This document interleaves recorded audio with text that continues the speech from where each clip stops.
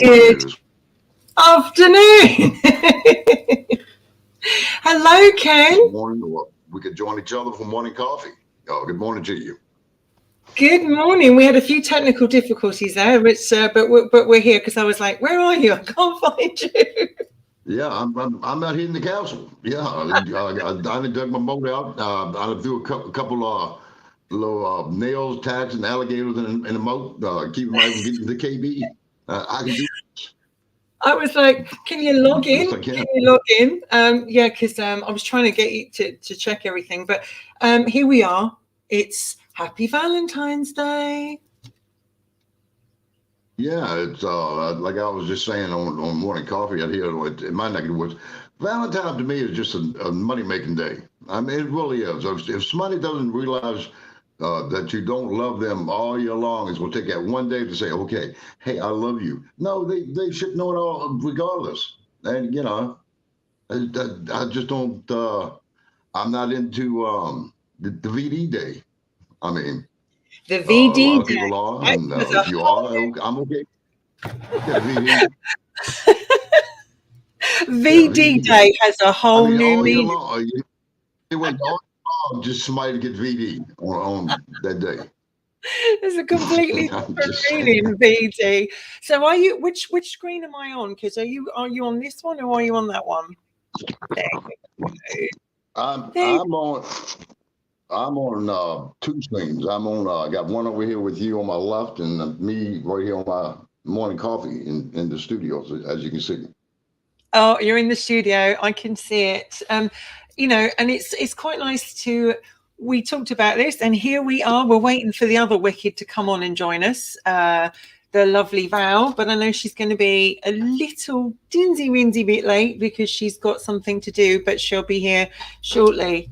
But yes, it is Valentine's Day, and here we are. It's now just gone 8 minutes past 2 o'clock in London, UK.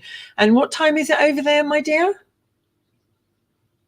So I got 9:08 for mine. What it says, 9:08. So you're. That's what it's saying. Like I said, we got already on. I guess they're interested in what you guys got to say to KB. I got Christians on here on my side, and I got Juanita and Douglas and Terry. I talked to Terry this morning. He gave me a call. He's taking his kitty cat back home because the kitty cat wouldn't do right. He went to Williamsburg this weekend, and his cat's not acting right, so he's homesick. So Terry's making that trip back home to take I've just noticed. So that's what Terry did. So you're on Facebook and this. You're supposed to pick one. Come on here. I'm on all of them. I can see the. Yeah, I'm on Facebook and I'm on live stream and I guess YouTube, the whole 9 yards. Yep, I'm going to bring. Let someone said VD Day when you were on with Scotty yesterday. Yes, Jason, it was Ken. Ken called it VD Day. And it is. Yeah, it's VD Valentine's Day. I've always called it VD Day. Huh? I mean, once a year, somebody's got to get VD card. I don't know. I take it you're not too romantic, Ken. There is a slight time difference between you on Facebook and you on StreamYard. And do you want to keep both going, or do you want to come on to just one and do the StreamYard? Yeah, let's go like we got it. I'm okay with it. I mean, if you're okay with it, I'm okay with it. Fine. It's just the fact that if you can see you're going between the two, it's like, come on, man, come on here. Have you got anyone on Facebook at the moment that have come on to see you? Like I said, I got people already watching right here. I got Christian, Juanita, Tina, Douglas, and a few people have already jumped on my end. So we'll see what's going on you in here. We'll bring them over to YouTube side. Oh, tell them to come over to YouTube. It's better quality, you know. I guess being over across the pond. But, you know, like I said, we got a lot of news, and then we didn't get news yesterday because we had Terry yesterday running the show yesterday, and get a lot of news in. But we will try to get some news in today. If not, we will catch up on the news and all that tomorrow's show. And like I said, we're waiting. I see the wicked guy is on there. Mike has turned against KB. I mean, I thought I figured I had somebody had my back. I know what side to pick my Valentine on. You know what I'm saying? I know exactly what. I don't do VD. What day to pick my Valentine. I don't do VD. So Ken, are you a romantic? Are you a romantic, Ken? Are you? I guess you would call it. I'm a romantic type of guy every day. I love me. Yeah, so I love everybody. I tell everybody. I get on in the mornings and I show love in my heart, and I put the love out there every morning and want a coffee. And you know this. Yeah, and the shit I put the love out there with the big paddle. I mean, he puts the big paddle out there and goes. Tell you, I got love in my heart. People that know KB says he got love. Yeah, bullshit running through his veins. I just don't do Valentine. Yeah, and I think a lot of people don't do Valentine's because there is very commercial. It is a very commercial. We are cutting over each other, Ken, and that's because of the time difference between the Facebook and the StreamYard. That's why I'm saying, do you want to come over to StreamYard and get everyone to follow over here? I'll tell you what, guys. Let me just kind of switch it over to StreamYard, and let me see what I can do. Guys, don't go anywhere. The guys that are watching me right now, go to Wicked Women on YouTube. Wicked Women 888. So when you go to YouTube, type into the top of the thing, Wicked Women 888 on YouTube, and you'll be able to see them there. And I think will you still be able to watch it on Facebook for the people that want to watch it on Facebook? It will be. Yes. I can share it to your page because it should be live on your page. Let me just check this for you, just so we know. It's already live on my page. Also, it's live on mine. He's gone live. So I'm going to have to share it from mine. Sure. I'm going to have to tag you because I think that's what we might have to do. But otherwise, it should, because I tagged you in it. It should have actually been on your page live anyway, babe. Okay, we'll try to get on that from there. And I just want to say before I get off, Christian says it's just another day. It is. I mean, tomorrow's at school come and gone, and you know, buy your VD cards for next year and have them sent. I'm just saying. Yes, it. Yeah, no, I can't get it across to you. It should be live on your page, but I don't know why. But if people come over to I'll Facebook, that way you won't have that lag on you, and we can do that. If I cut off, guys, I'll be right back. So don't go anywhere. Don't touch down. Like I said, go to Wicked Women on YouTube. Type in Wicked Women 888. Click it. It'll take you to it. Okay. All right. Bye-bye. Yes, now we have you all to ourselves. Yeah, that's it.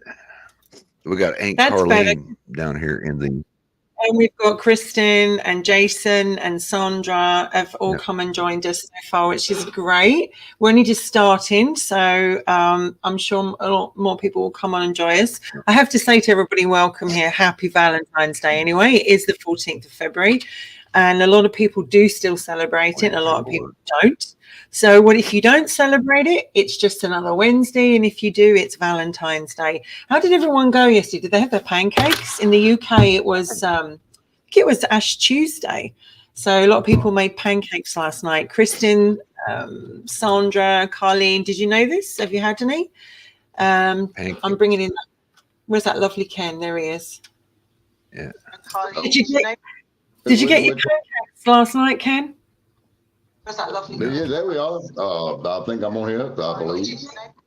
Did you get your last night, Oh, Ken? oh, Turn the volume down, babe. I think I'm on here. Well, I'm talking about the car wreck on Valentine's Day. Oh, bless him. He'll be here in a sec. It's just the fact it's just a bit of technical. And I think his age there you go. But you turn your car down. You're better the Speedo King. Oh, he's gone. He's gonna have to come back in. Kevin, it's nice. Look at him. He's so nice. Lovely compliments. My friend Kevin. Thank you so much, sweetie. Hopefully KB will be join us in a minute. He jumped out the other day before I could tell him, when he was talking about letting go. Yeah, some of that was really dark, and I was going to apologize to Kevin for that. But me and Jason come from a very, very dark and different background. Speaking of Valentine's Day, Ken wants to call it VD Day. Yeah. I think Valentine's Day is. I apologize to Kevin for that because the last thing we want to do is bring anybody down. No, I think the thing about any show is that sometimes you can hear things that trigger you. And obviously, we don't know if it's triggering people, so we go from there. The other thing is, Valentine's Day. What does it mean for you, Michael? How do you view it? Oh no, I woke up with hugs and puppy kisses this morning, so I was in two lovely piles, as you know. That's how I started my Valentine's Day. Paper towels in one hand. Spraying there he is. Hello, now before we go anywhere further, you got to do your bit. Yeah, I want to say good morning, everybody. Hey, I'm glad you guys are joining us out here at the castle by the roadside and across the pond. Yeah, if you can swim that far. And like I said, guys, we'll talk about everything. We'll talk about the paranormal. We'll talk about politics. We'll talk about that three-letter word, sex. If I know nothing about it, you guys are not the only one that can fake it. Hey, I don't mind. She don't mind what we talk about as long as you don't threaten, kill, dismember, or harm anybody. You can do that with KB and Morning Coffee. And thank you guys for having me on your show this morning and my show at the same time. And I'm glad to be here. We're blending today, Ken. We're blending. Yeah. Yeah, well, we definitely blend. That's no doubt about that. And we're blending today. Go on. Yeah. Sorry. Yeah, we don't know where Valerie is. But Valerie is going to be here. She's just running a bit late, so she'll be here soon. But Ken, we were just saying about, did you ever celebrate, Valentine's Day? Did you ever celebrate it when you were younger? Yeah, I've done it in my past, but to me, it's just it's a money maker. And then that's, it's like almost like Christmas. Here you got in August, or they're putting Christmas stuff out. And to me, I try to stay at the stores until at least November. I try not to go to any of the stores if I can help it. I don't want to be nowhere near it. And like I said, this thing here is a moneymaker. That's all it is. If a party you're living with, or you're supposed to be your boyfriend, girlfriend, whatever, if they don't know that you love them during the year, they'll never know. So what's that one little Christmas card, a box of candy, or whatever's going to help? It's not going to help. I mean, some people get a card or get a piece of candy, they get mad about it, unless they know they got an argument. Oh, that's all you thought about me, is to give me a piece of candy or whatever. Well, apparently, you can take a candy and no, it's a joke to me. It is. It's my personal opinion. But Ken, did you not send me one? Did you not send me one, Ken? Is there not one? Yeah, you got it. Yeah, you No. got it. You should have received it by now, I'm guessing. I'm going to bring in we have the lovely Hubster here. Hello, darling. How you doing, my dear? How are there's you? Scott. I mean, Happy Scotty, Valentine's both. Day. Like I said, Valentine's I will Day. say this: so-called my friends, Too Hotty Scotty and the Ultimate Warrior, used to be the Ultimate Warrior, and he's a wicked guy. Yeah, and I'm sorry. all of them turned against KP this morning because of the VD day. And I hope all you guys on here will get your VD today. I'm just saying. I'm just saying. I hope everybody gets VD on this special day. Scotty, how are you? How's things going? Good day, long days. I am doing well. I got a Valentine's Day mug today. Got my Star Trek. How cool! Mug. And that one's from Rainey. And Ellie got me the Star Trek playing cards. Just a regular set of cards, Star Trek, and a bunch of chocolates. Aww. So that's my day so far. And Valentine's Day. Valentine's. I'm going to bring. We've got someone else. So I'm just waiting for that picture to come in. Valentine's. I've had you twice in a week, Scotty. People will talk. Yeah. Valentine's is what? I'm sorry, I wasn't paying attention. I should be. I said I've had you twice in 1 week now. People are going to talk. I know. You and I. I know. And me and Ken. I've been with Ken a couple of days this week. Wow, you get around. I know. Build up quite. I mean, what did I do to y'all? I mean, I thought we were friends. What did I do to y'all? Well, you didn't do anything to us, Ken. We love you. You know that. Yeah, that was a lie. Candy. He's talking about the candy that you can get molded to like body parts. Yeah, it seemed like yeah. Or something. Rocky's I won't go let that that one go. year. He had anal imprint chocolates made. Anal Yeah. imprint? Yep. You take the little waxy mold that they send you out and you press it into whatever you want to have chocolates made out of. And there you go. Chocolate starfish. Yep. There it is. Chocolate starfish has a whole new meaning. Not the kind of Valentine present that I want. That's for sure. So, Valentine's Day. I love Valentine's Day. Some people don't like it at all. I think it's great for little kids in school. Valentine's Day, as we said last night, Wendy, on Robertson, we said last night that Valentine's Day, and I think you agreed with me, is something we do every day of the year. Yes. Valentine's Day should be minimal compared to what I do for you every other day of the year. Yeah. And it's just it's marking a date. Oh, okay. It's like Christmas. Do I give to my family all year long? Yeah, I do. Yeah. And Christmas is just, we just mark it on a different way. Also, I heard a news story this morning. Let's inject a little bit of the politic into this. There are some schools now that are discontinuing celebrating Valentine's Day. Right. Because kids who don't get Valentines, or as many as they'd like in their little boxes, they get triggered by that. And so rather than allow the kid to be triggered, they are discontinuing Valentines for everyone, which for me, shouldn't we be teaching our kids, here's how you handle life if you get triggered by not getting a Valentine? Yeah. You don't discontinue it for everybody. So that is how the body politic and this whole new way of doing things is working everywhere. It's let's allow our kids to play video games that are violence, that rip somebody's spinal cord out and they pee down their neck. Let's allow them to do that kind of stuff in video games and to watch all these videos on TikTok, have access to all this. But because they get triggered for not getting a Valentine, let's discontinue that for everybody. That's stupid. And that's how backwards this country is. or the West. That's welcome to the country of the offended. That's what we're living in, country of the offended.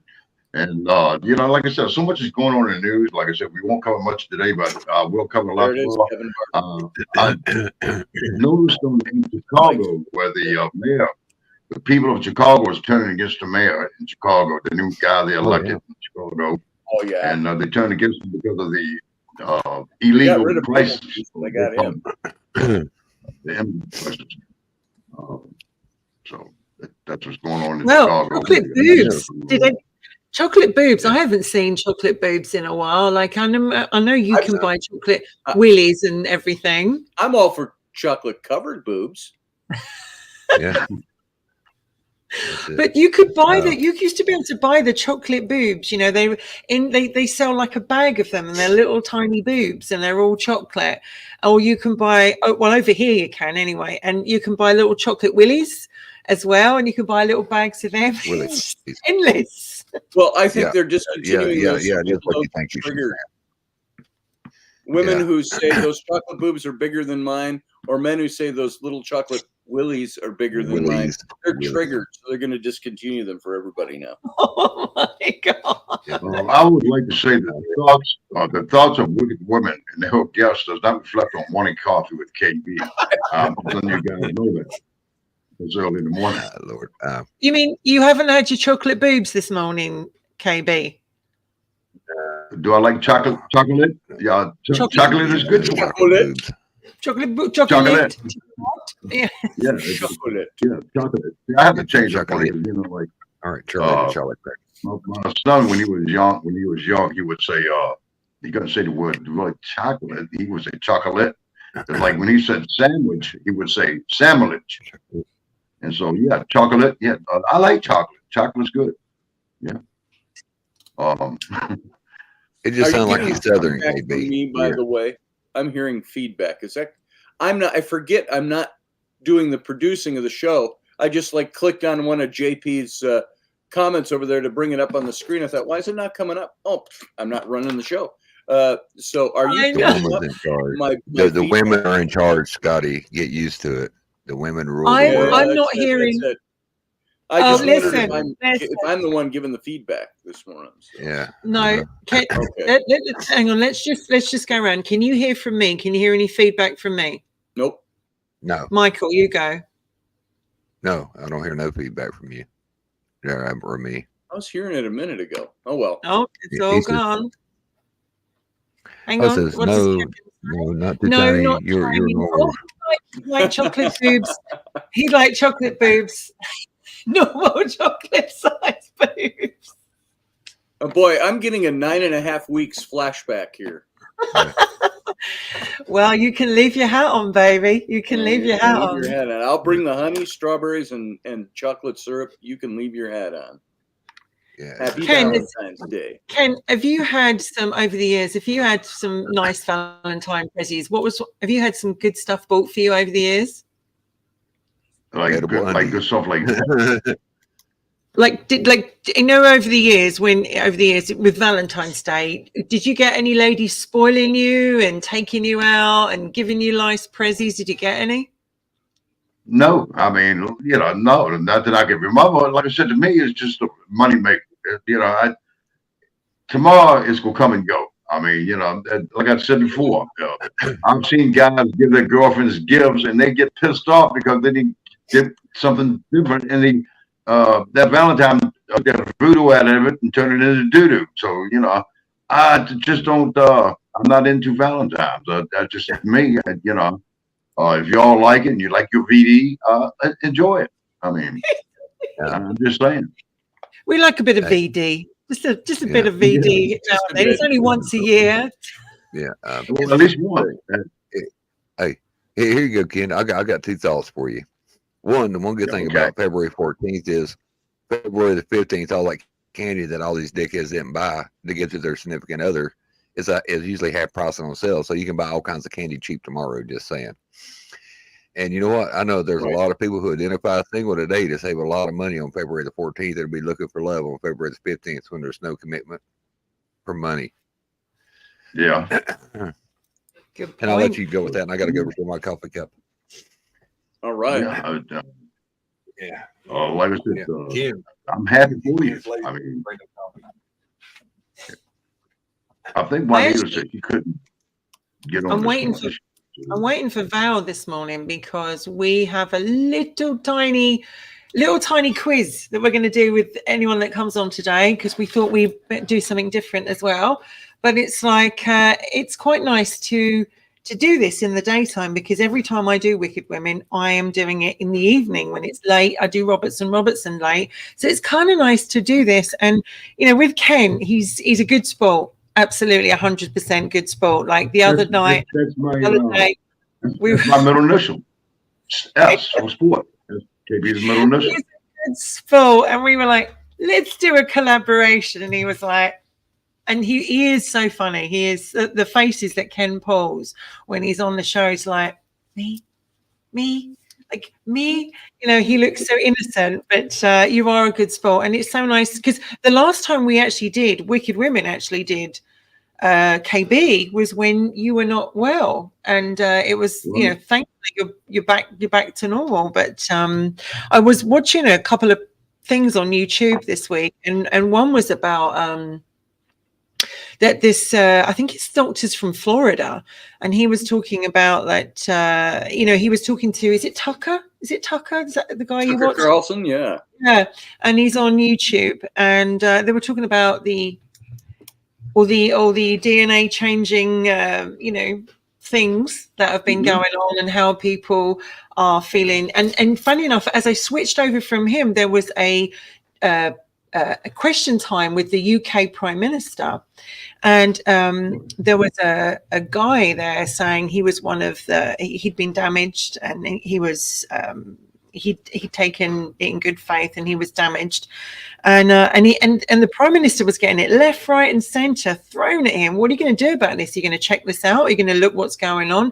All these people with injuries, what's going to go on from there? And the Prime Minister, of course, they come up with their very promised polished words, don't they? They just come out with it and go, oh, well, I'm so sorry to hear that. I'm so sorry to hear about that. But it seems like every time I turn on YouTube these days, or even on the news, this is still being argued and talked about.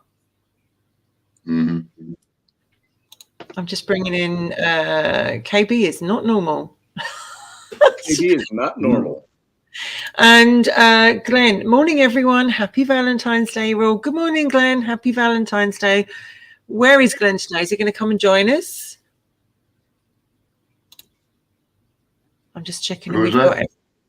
It was your brother. I know Terry should be on his phone. Well, no, Terry's here. Look.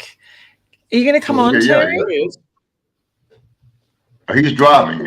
He's leaving Williamsburg. He's got his kitty cat with him. He took him down to Williamsburg, and the cat probably didn't like Williamsburg, so did he take him to the museum in Williamsburg? Oh, it's so nice for him to do for his cat. Good morning, Val. Good morning.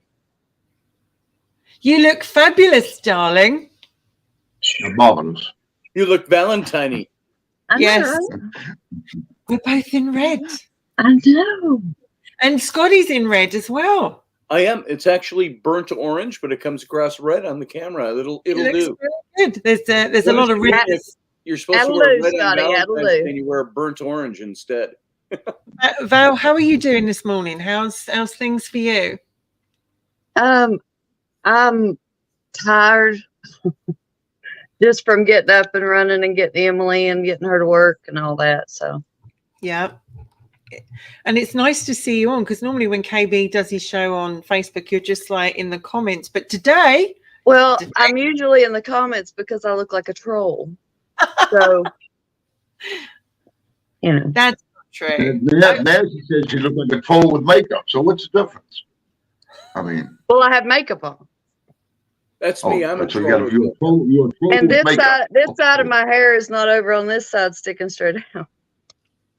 Yeah, like I said, guys, they got to fix the hair, they got to put the teeth in, and so. I don't want to scare anybody off your show. So. Oh, you do anyway. I don't comb my hair anymore these days. Do what? That's how I have to comb my hair. There we go. We like to call that a trouble. That's That's called a my trumple. Well, mine is getting long because I'm trying to let it grow out, so it's like sticking out in places when it's not supposed to. Me too. I just want to be able to do this once more with my hair. It just won't grow long anymore. Well, when I do that, on mine you. flies everywhere. It's static, so. I mean, is it, you know, when a man loses his hair, there's lots of reasons for it, isn't there? There's like testosterone, there's stress, it's also genetic. There's lots to say hereditary. You know, there's a lot. Was it hereditary in your family, Scotty? I think my mom's father was bald. Never knew him. Saw old pictures of him from the 50s, and the guy was bald. My dad is not bald. He's got a full head of hair. He's in his mid-80s. I've got no one I can think of that's bald. My uncle is bald from their dad, who was in my bloodline. I was told for years, "Oh, you're never going to go bald." Hairstylists and stuff, and it was only about 10 years ago, into my 50s, that I started thinning, and it's like, oh my God, I'm losing my hair. I think a lot of times medication that you're on will make you lose it too. What does? Medication, certain medication. medications that you're on. Well, I've wondered about that because I have no hair on my legs. Totally shiny almost in the last 10 years. And I'm not a hairy person to begin with. So I still get this, you know, I still got little tiny tufts of chest hair that my wife makes me shave off. Really?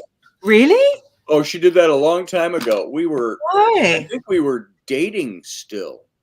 And I had a little tuft of chest hair right there. And she goes, "Look this way." And I go, "What?" We're standing in the bathroom, like brushing teeth or something. She goes, "Ring," and just goes, "There. Now shave that off." She says that little tuft and it was white already. She said, "It looked better." And so, but that's all I had. It was right here. I gotta admit, I'm kind of partial to a hairy man. You know, like I like a man to be. I don't like hairy. You know, hairy chest. You know, I mean, not like a gorilla. I mean, there are people that we've seen on. What about shoulders and back and? Oh, shoulder hair. That's the best. Yeah. When they wear tank tops, and you can see it here and here. Yeah. Yeah, just tough. There's a guy on Instagram. I'm just going to bring him up. Go, Michael. Yeah. That's what I'm saying. She wants to date the missing link and like this. There you go. There it is. Yeah. You know, like that. He's called the human bear. Yeah, that's what they said. What's your being was working. He's called the. Who's that? Who's talking? It's some voice. My brother. Oh, my brother. He's called the human bear, Ken, on Instagram, and he prides himself on being really hairy, and he'll actually brush his hair down his body and everything. And some people love that. And I mean, if he's sweaty, I imagine it's not that particularly nice. But some women dig that. I'm not really into it. What do you think about hairy men, Ken? I mean, are you hairy or are you not hairy? Ken, we know you love hairy men. Tell us about it. Yeah, Ken, tell us how much you like hairy men. Yeah, tell us. Yeah, I think it's great. I mean, it's like getting a woman that don't shave her legs for 6 months and jump in bed with you. No, I don't feel no hair on my on your legs. It makes your legs warmer. True. You can like interweave your legs, and you get like it's like a blanket. Does body hair really make you warmer? Yeah. I mean, no. We can't go sleep outside at night. Why do you think that hunters grow these beards before hunting season? Psychological, stupid, and they think it works. I grow a beard because I'm too lazy to shave. Well, it's just a reason for them to go unkept. You know, it's like Oh, I got to go into the mountains. I'm going hunting. Oh, you're I so got to full head of to shit. the right. You know good and well why they grow a beard in the wintertime because it keeps their faces warmer, and shave it off in the summertime because it's hot in the summertime. No, What do we they shave it think off in the about? summertime because the wild tells them, say, I'm tired of smelling that shit. That's when they shave it off for. I I'm used to go going through all to that. I'm going to ask you, like each of you, what do you think about body hair on a woman, Ken? What do you think on it? How? I think he's made his point on that one. I mean, Penny, are we talking about? Hair on a woman? You're gonna get maybe a stroke. Look, no hair on a woman. And I don't want to jump in bed and all of a sudden I feel something more hairier than me. No, you got to go. No, look, I'll give you a thing of nail just all over that body. Yeah, no, I'm not gonna lay. What about their like hairy toes and feet? I was actually thinking more like Hollywood. I'm not mad. Some people are into toes. They might like the that way they can suck a toe and clean the teeth at the same time. I mean, it does. So I'm guessing it has its advantages. I guess it has its advantages. You can suck your toes and floss at the same time. So I mean, it could help. It could be good. That's for But some Ken, people. what do you mean about the Hollywood Brazilian bikini? Where do you stand on that? You want a landing strip or do you want fully bare? What was that? Say again. I said, Keith, I said, I don't know. Ken's kind of an old school guy. I'm thinking he's more landing strip than he is like totally bare. Yeah. Well, Here comes the plane. The plane. I mean, you know. Did you say landing strip or polar bear? Okay, guys, let's be real about it. I'm a non-person. We're talking about females' pubic area, the pubic hair. Do they want the bush when they get down there and it's flopped all over their ears, or they just want a landing strip? I mean, that's what they're talking about. They're talking about you're talking no 70s. Yeah, we're discussing this morning on morning coffee does not reflect on KB's morning coffee. And like I said, if I don't know nothing about it, you guys are not the only one that can fake it. Yeah, they're talking about pubic landing strips. You're on Wicked Women now, Ken. It's a whole. So no pubic afro. That mound. I'm sure Holly Scotty would say the same thing. Who's the artist? Terry said that wicked, nasty woman. And vagina here now. Bob Ross. Bob Ross. All the Scotty, Bob Ross. Scotty, are you a 1970s or you're all the sort of new and smooth pavement? I actually like smooth pavement. Yeah. I don't mind if a woman wants to. It's not like I get around anymore. You know, it's not like all the women I compare these days. He's retarded. It's been years since I've had the ability to compare, but we were in a different era back when I could compare. But I would say that we're all adults here. Full bush never bothered me. But I liked clean shaven. I liked the Brazilian, you know. So like if she puts on a bathing suit and the bottom is hidden. The bottom is hidden. What? No. When she puts the bathing suit on and it's like out the sides. Oh yeah. That's kind of gross. A little much. Terry is going like Terry's probably foaming from the mouth right now, driving his car, and he's drooling from the mouth. I know what Terry's doing. He's so confused. Terry, what they're talking about this morning? They're talking about pubic hair.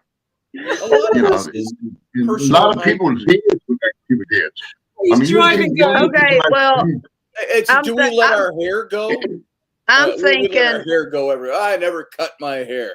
The way I'm thinking is if it's neat, trimmed, but you have hair, as long as you're clean and neat and trimmed. Clean, neat, and trim. Just like you go to a hairstylist. Right. Like Scott. Scott said it's neat and it's trimmed. At home or, I'll put a hat on it. Frankly, I'm thinking of opening a new business. Oh. Let me ask you girls Down under. Would you girls like the I'm gonna have some girls. You can come in, Girls. call for your appointments, and we'll do a massage, and we'll do trimming the shrubbery, and we'll keep things nice and neat and clean. And I think that's a good living. I think, for me, it's a service. But AKA the Bushwhacker. So yeah, it'd be known as under the title name of trademark is AKA Bushwhacker. Bushwhacker, that's right. Bushwhacker. Oh, that's an even better company name. Now, what was your question, Ken? The question is, what do you do, girls? Do you like a guy when you see the guy and you see the little Twinkie, and are you okay with the full hairdo, or is it one of these? I mean, what? I'll put it this way: I don't want to have to hunt through the woods. You don't want to be hacking and calling. Let's be honest, guys. KB is a non-political guy. What she's saying is, I have to break it down to you. Terry was texting me, and Terry said that she doesn't want to be hacking and coughing and spitting. Thank you, Terry. When you have to do, it's not good. Manscaping. Terry's texting me saying while he's driving, he's saying, what? And Terry is the type of guy. The bigger it looks, right? See, right? That's a good name, Bushwhackers. Bushwhackers. Bushwhackers. Yeah, it's like. I'm sorry, Michael. I didn't hear you. I said. I know how to do all that. The better stuff. you trim, the bigger when it looks. When I met Rainey, she was doing all that pedicure stuff and good point. And bushwhacking and all that professionally, and along with doing massage. And so I know how to do that stuff. You come JP, to me. I can see you, but I can't bring you in. I can wax you and do a good job. Glenn says he's choking. The thing is, if men went through waxing on a regular basis, it's incredibly painful. Don't get us wrong, it's incredibly painful. And it's like they say to you, like, take painkiller. And I'm sure they're sadists. I'm sure some of the women that do this are sadists. They're like, how's your day? They love it when those We're going to do this on scream. 3. 1, 2. Yeah, exactly. That's the Kelly Clarkson part. Okay. Right. Wendy, can I say this for Glenn? Glenn, if you guys are watching this on Facebook Live, if you're watching it, go to YouTube, go to Wicked Woman 888, and then when you get on, you'll see the in blue letters it'll say Wicked Woman, it'll say StreamYard. You guys that want to get on and want to join the show, push StreamYard, and it'll take you through a little cycle. It'll ask you if you want to go live on the show. So any of you guys that wants to go on live and voice your opinion, and KB knows a mind is a terrible thing to waste, Terry. And so, like I said, go to Glenn. Anybody that wants to come on, go to YouTube, type in Wicked Woman 888, and when it comes up, you'll see the Streamline, StreamYard.com. Click that little blue thing, and that way you'll be able to join us right here on Morning Coffee. Real easy to do. Yeah, really easy. And make sure you shut down YouTube in the background. Yeah, you have to shut down YouTube when you go to the StreamYard. Shut down YouTube. I mean, the thing is, I think it's good. You're asking me about if I like a hairy guy. I got to be honest, I absolutely do. I love a guy who's got a hairy chest. He's fuzzy. I like that. I've dated people that have been a bit hairier up here as well.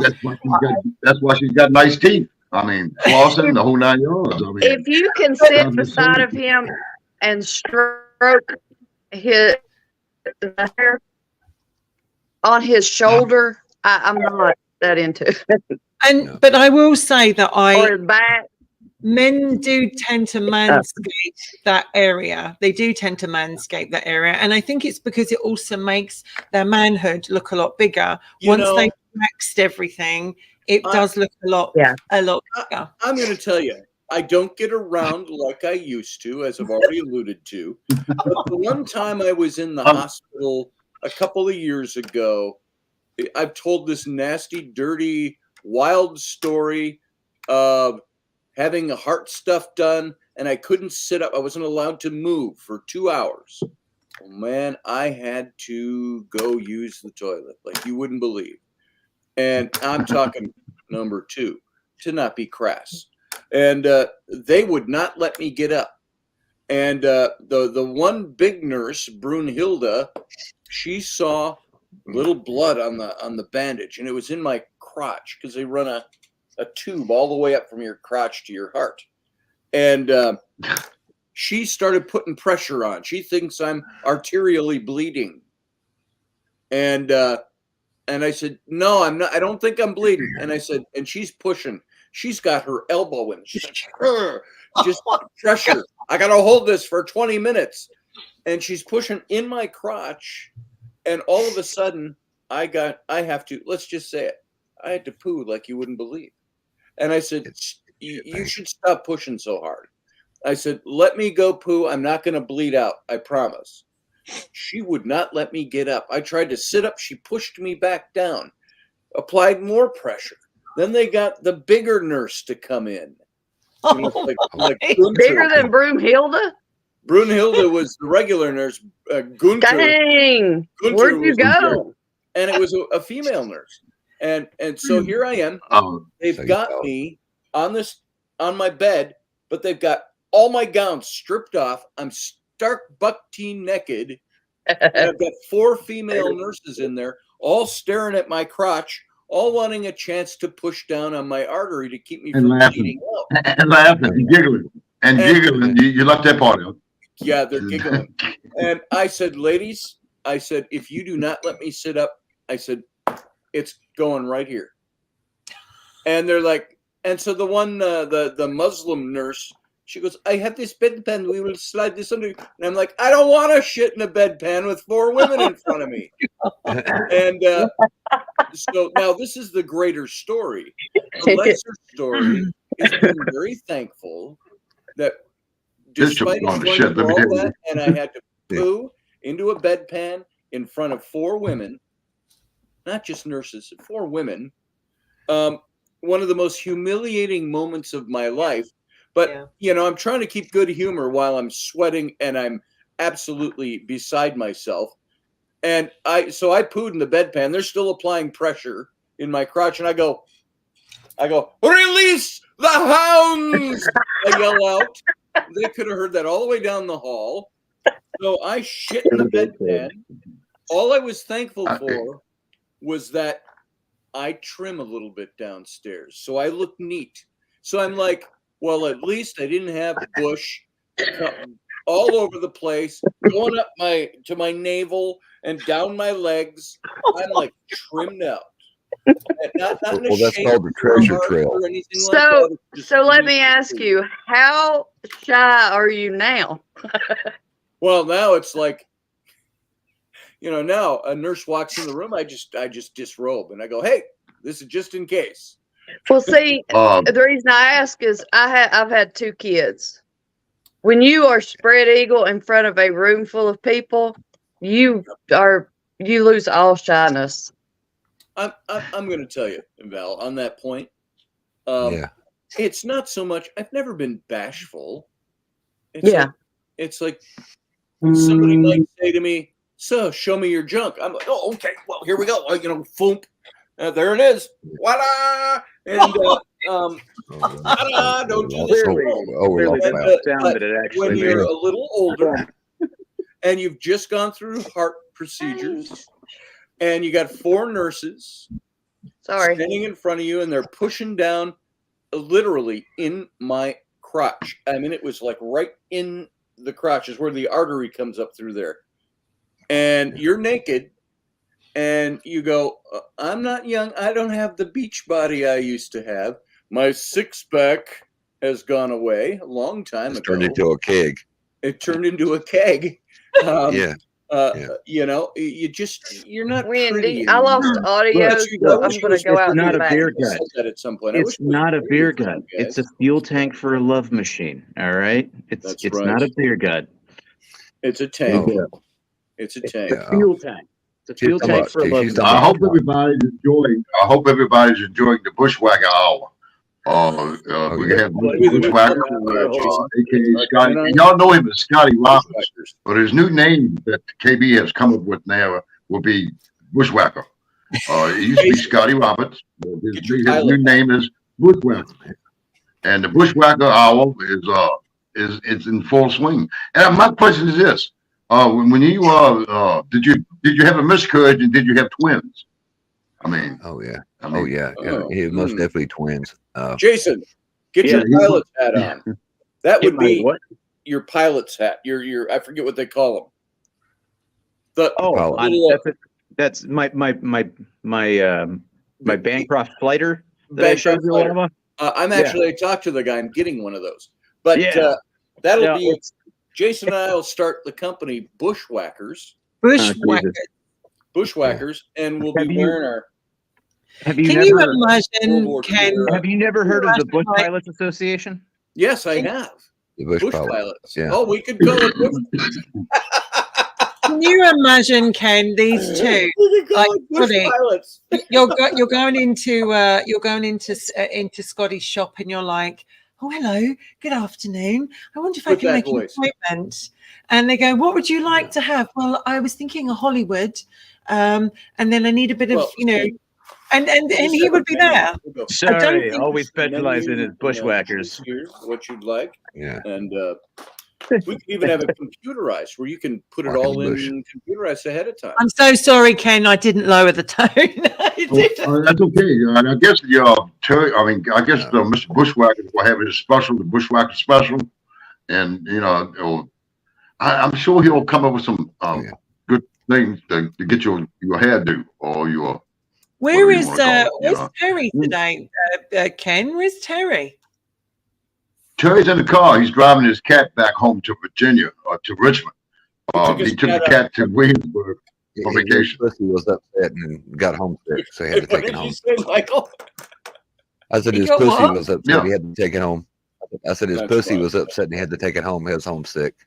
Yeah, he did. He took the pussy back to the house. You don't know that is London speak for your cat before anybody gets butt hurt. That's like low hanging fruit, guys. That's low hanging fruit. Like that's worse than like pun humor. I know you're smarter. Somebody had to go there. Do better. Do better. I have talking about doing better. I have to just mention, if we all talk at the same time, we cannot hear each other because we overlap. We've discovered this on Wicked Women quite a lot. So, I mean, just try and let the other one finish before we bite in. But I know it's really hard because we're all so like buzzing today. But what was it you were trying to say, Michael? Yeah. I said, I was talking about Terry's upset cat. And I said his pussy was upset and he had to take it home. It's homesick. But on the funny medical story, speaking of that, I remember my ex-wife. I don't really care for her, so I'll tell her an embarrassing story, since, for some reason she thinks she's always going through my head. But I remember when she was pregnant with Mike Allen, and she had went all natural because she said she couldn't, whatever. And the woman, when we went in, threw her up in the stirrups, and she had this razor, and she just went straight across it. It looked like a damn bob cut at the bottom. It was like full Chewbacca on top. And I remember I walked down there and I thought, what the fuck? But she had went straight across. That there was no styling to it. It was all medical. It looked like just a straight line. One went loop, and I'm like, wow, okay.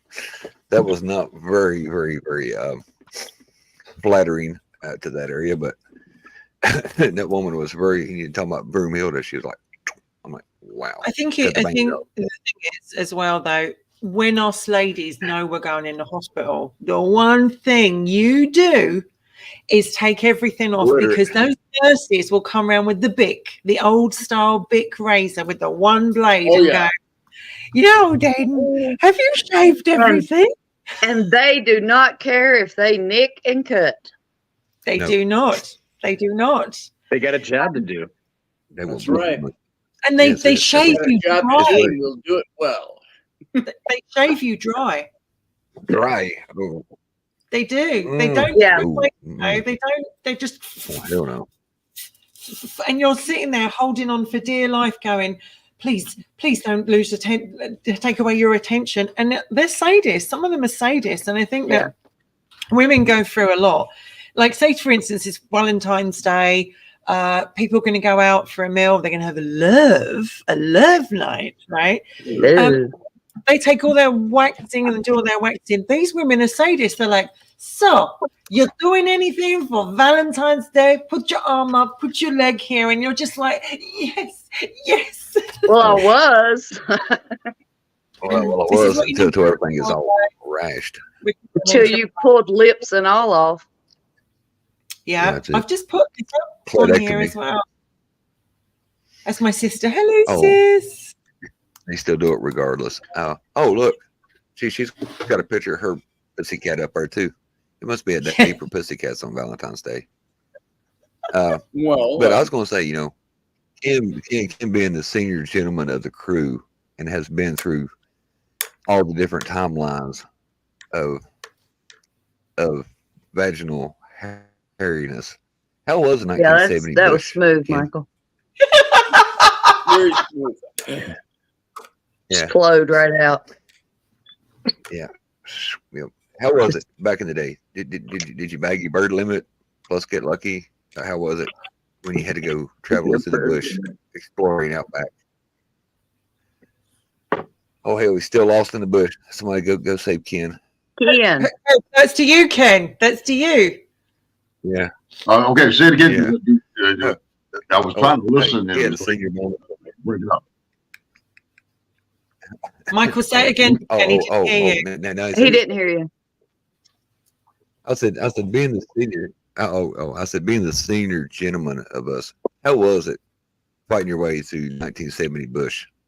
Did you get your bag limit while you was there? Or did you get lucky or something? I said you still wandering around like you was lost in there. I thought we was going to send out the St. Bernard to find you like an avalanche of pubic hair. Well, you know, me being a bushman, I mean, you know, I like to hunt and things like it. No, you know, it's if you know what you're doing, you shouldn't have any problem. Put it like that. I mean, if you know what you're doing, no problems. I mean, that's the thing. You know, that's like saying, you know, you don't have to have a ice rink to know where to dig the hole to go fishing and not you go ice fishing.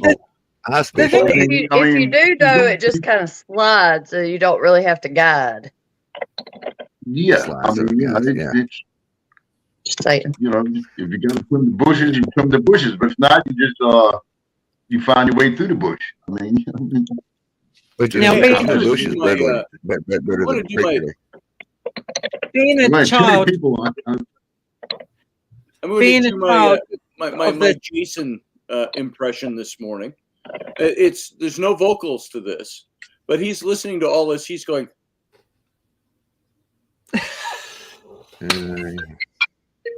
Yeah, poor Jason. Somebody walk into his office and then they'll ask him, "What the hell are you listening to?" And the thing is, it's true.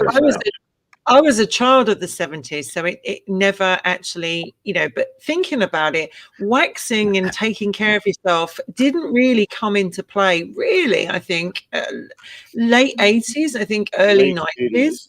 And so for all those years, you know, it was natural, unless because women were, you know, took a razor to it, and, you know, they liked it. And I couldn't have handled that back then. I just, and when I went to Italy a couple of years ago, I was on a train.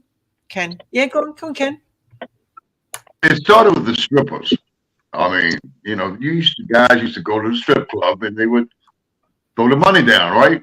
Now, the girls get up there, they're dancing on the pole, they're sweating and all this stuff. Next thing you know, the sweat is hitting them in the head because, you know, they take the booty. And so they said, man, we can't have this. You know, guys complaining, so they waxed it. I mean, so the guys sitting in the front row didn't get all like somebody's throwing a water hose on them. You know, like an old dog when you shake it. You know, it's just gross. That is just, that image is just awful. That's why it started back in the 80s. Dancers did it. You know, it's like an old dog shaking his skin, and the rain goes all over everybody. And so the strippers said, well, you know, we got to shave this. We can't, you know, do this. So that's where it started. Fashion was weird anyway, because you would have a really tight tight trouser top with the baggy bottoms, and it looking back now, it horrifies He looks me. like that. Yeah. And women still wear those kind of jeans today. They like the really tight. Staying alive. I'm sorry, I had to do some background music. Hang on a minute. I think I might have something here for that, because I have. Yeah, I mean, when you have like the tight pants and the mound. How's it go? The tight pants with the mound. Can't handle it. I think you hear that? Women theme music. Some brown chicken, brown cow shit right there. There it is. Well, Jason, you're being very quiet and you're at work. What are you thinking about all this conversation on Valentine's Day? How is your Valentine's Day looking? My Valentine's Day is effectively any other day. Like any other day. I can tell you this much. My opinion of Valentine's Day and my thoughts on it, it does vary slightly, if I am with someone, not with someone, that kind of thing, and their level of interest in it. But also it has waned as I have grown and matured and become educated and things like that. Wait, can I stop you right there for 1 second? Sure, yeah. My opinion of Valentine's Day has waned. The more I have matured, grown older, got intelligent, researched, studied, and become a full human being. I mean, thank you. Thank you very much for that. It's one of those things where there is, and KB hits the nail on the head with a lot of this stuff. All right, Valentine's Day as a big thing, it wasn't even a thing until relatively recent modern history. It was a Catholic or Christian feast day, depending on what brand of Christianity you subscribe to. All right, and it wasn't all of this greeting cards and chocolates and things like that. And if you want to look at it from an academic point of view, or perhaps even a faith-based point of view, it's completely gone off in this whole other tangent from what it was originally established with as the feast day of St. Valentine. And so it's for me, understanding these things, it's kind of like, cool. You know what? Now that I realize it, I don't have the pressure, the societal pressure, the branding pressure, the consumerism pressure to go out and hurry and spend my money and stress. Oh my God, did I buy her a dozen? I forgot to order the roses. I have been so wrapped up in making sure I can put food on the table and keep a roof over my head and keep clothes on my children's back that I forgot to buy the flowers. Great. And it's one more added layer of stress. It is morphed into a beast. You know what I said to Rainey this morning, Jason? She gave me this Star Trek cup for this morning. For when you heat up and they transport and then they appear on the planet on the other side. So she got that for me. She goes, "Happy Valentine's Day." And Ellery, the 9-year-old, got me a deck of playing cards that are Star Trek, then a bunch of chocolates. And Rainey said, "Where's my Valentine gift?"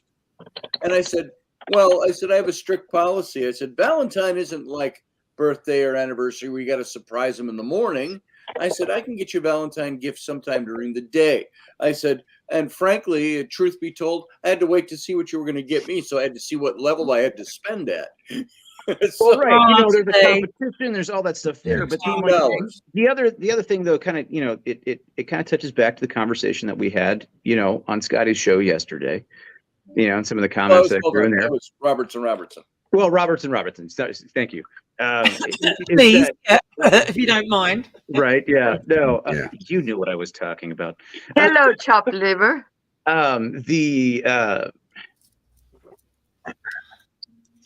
you shouldn't feel pressure to do something, to one up, to do better, to do bigger and better than last year, like all these things to prove that you have this deep and true lasting love and affection for your partner. It is something that should be shown, maybe not every day, because you know what, you can't give 110% every day. Your engine's only going to operate in the red for so long, right? If you're talking turbines. But like, you know, it's something you should do consistently throughout the day, or throughout the week, throughout the month. It is a 365 day a year thing. You're not always going to hit 365 days. It should be something, though, that you strive to do. And somewhere in the middle of all that, you should end up with, you know, at least 300 days, right? So do you think a special day out of the year, one day to celebrate that and go, now, guys, we know you do this 364 other days a year for your loved one, and women, we know you do too, but let's just set aside a special day to have a celebration where you can support the card. It's a greeting card holiday, and you can even look that up. It is something that Hallmark. Same with the diamond Hallmark come up with it. Technically, it's not a greeting card holiday because it goes all the way back to history. Okay, it has become a Day. greeting card holiday. It is not. It is no longer the Catholic feast day for the feast of Saint Valentine, who was flayed alive, by the way. All right, but look, to say all this, I do want to kind of touch on something. My beliefs on things like Valentine's Day and the mass consumerism does not mean that I lack romance. I just want to make sure that's look, I am critical of what it has become. I'm critical of how it is handled by society, and really we should do better as people to do a better job of showing the people that we care about. That is very true. That is very true. Instead of lining Russell Stover's candy pockets with cash every year. Hey, pro tip, guys. Wait till the day after Valentine's Day. That's what I ton of said. chocolate, and then put it in your good three. But Ken was saying, and Ken, Christmas is the same, isn't it, Ken? You know, you buy loads of things at Christmas, and then the next thing they're on cheap. Mm-hmm. Right. He's well, you got to look at it like this way. And you can kind of thank Coca-Cola for that a little bit. A couple other companies. Today, Guys, for you guys out there today that gave you a little Valentine love, heart candy, gift, whatever you give it. If it didn't work, that's okay. You got next year. You may get lucky. I'm just saying. If it didn't work, take the candy back. And you know what? Candy bag. Say get bent. I got better things to do with my life. Go watch a TV show. Pop the chocolates. Now, Jason, is that if I got some the keys go to the guy in front of the house? I'll have to give him applause. Is that your brother? I can hear, Valerie. Oh, yeah. Yeah, I can hear a strange man's voice coming in. And I'm like, which Well, one is you hit it on the head. He is a strange man. Goes over everybody. Like, what? Go ahead, I just read Sorry, a little I'll snippet mute it. on St. Valentine. Michael? What was that, Michael? I just read this about St. Valentine's was a 3rd century Roman saint. It said he was commended in West Christianity on February the 14th and in Eastern Orthodox on July the 6th. So if you screwed up on February the 14th, you got July the 6th to make it up for his second day that he was saint. Well, you know, how do you say that? Somebody sanctified or whatever? Or what do you say when somebody? But as we said last night, it was the Duke of Orleans who actually then sent a first Valentine's card to his love and said, "From your Valentine." So, he sent the first modern Valentine, but one of the Catholic bishops who had done one of the healing miracles before they beheaded him for that lovely little, act of saving someone's life. He sent a card to the jailer's daughter with "From your Valentine" on it because that was his name. There were two stories of Valentine's, but I like the what was the name of it? Lubricalea, Scotty, that we talked about. Yeah, it was something that sounded like lubricant. Leprechauns. loup-garou, it's a Let me whole look this werewolf up. thing, a lunacy, a moon lunacy thing. I prefer the card that shows a brick wall with a bunch of bullet holes in it and a bunch of corpses at the bottom on the St. ground. Valentine's One Day leaned up massacre. against the wall, and it says, "You are the last man standing." Happy Love it. Valentine's That's Did- great. Do any of y'all know what Valentine's Day. he's the patron saint of? Does anybody know what Saint Valentine is also the patron saint of? Because I'm looking at it right here. I used to know when I was a better Catholic. He's the patron saint of like 3 things. Any clues? Right. Yeah, it's like, I don't know, Anybody sawdust. want to take a guess? Go for it, What? Michael. No, Greeting epilepsy, cards. epilepsy, Randy gave beekeeping, it to us and last night, but so don't know. DERNI, whatever hell that spells. I can. What? So, I can't remember. the Lupercalia was the pagan celebration, which was celebrated on Lupercalia. February 14th and 15th. A fertility festival dedicated to Faunus, the Roman god of agriculture, as well as to the Roman founders Romulus and Remus. And they would And now you have why it's on the 14th. They Right. would go, the Roman priests would gather at a sacred cave where the infants Romulus and Remus, the founders of Rome, were believed to have been cared for by a she-wolf. The priests would sacrifice a goat for fertility and a dog for purification. They would then strip the goat's hide into strips, dip them into sacrificial blood, and take it to the streets, gently slapping both women and crop fields with the goat's hide. Goodness. Hey, I really dig you. Let me hit you with my goat hide. Well, can you imagine just walking down the street and all of a sudden just getting hit with a big, Goat It's a hide. big piece of bloody hide? Yeah. But apparently, far from being scared, women would actually touch the hides because they believed it would make them more fertile.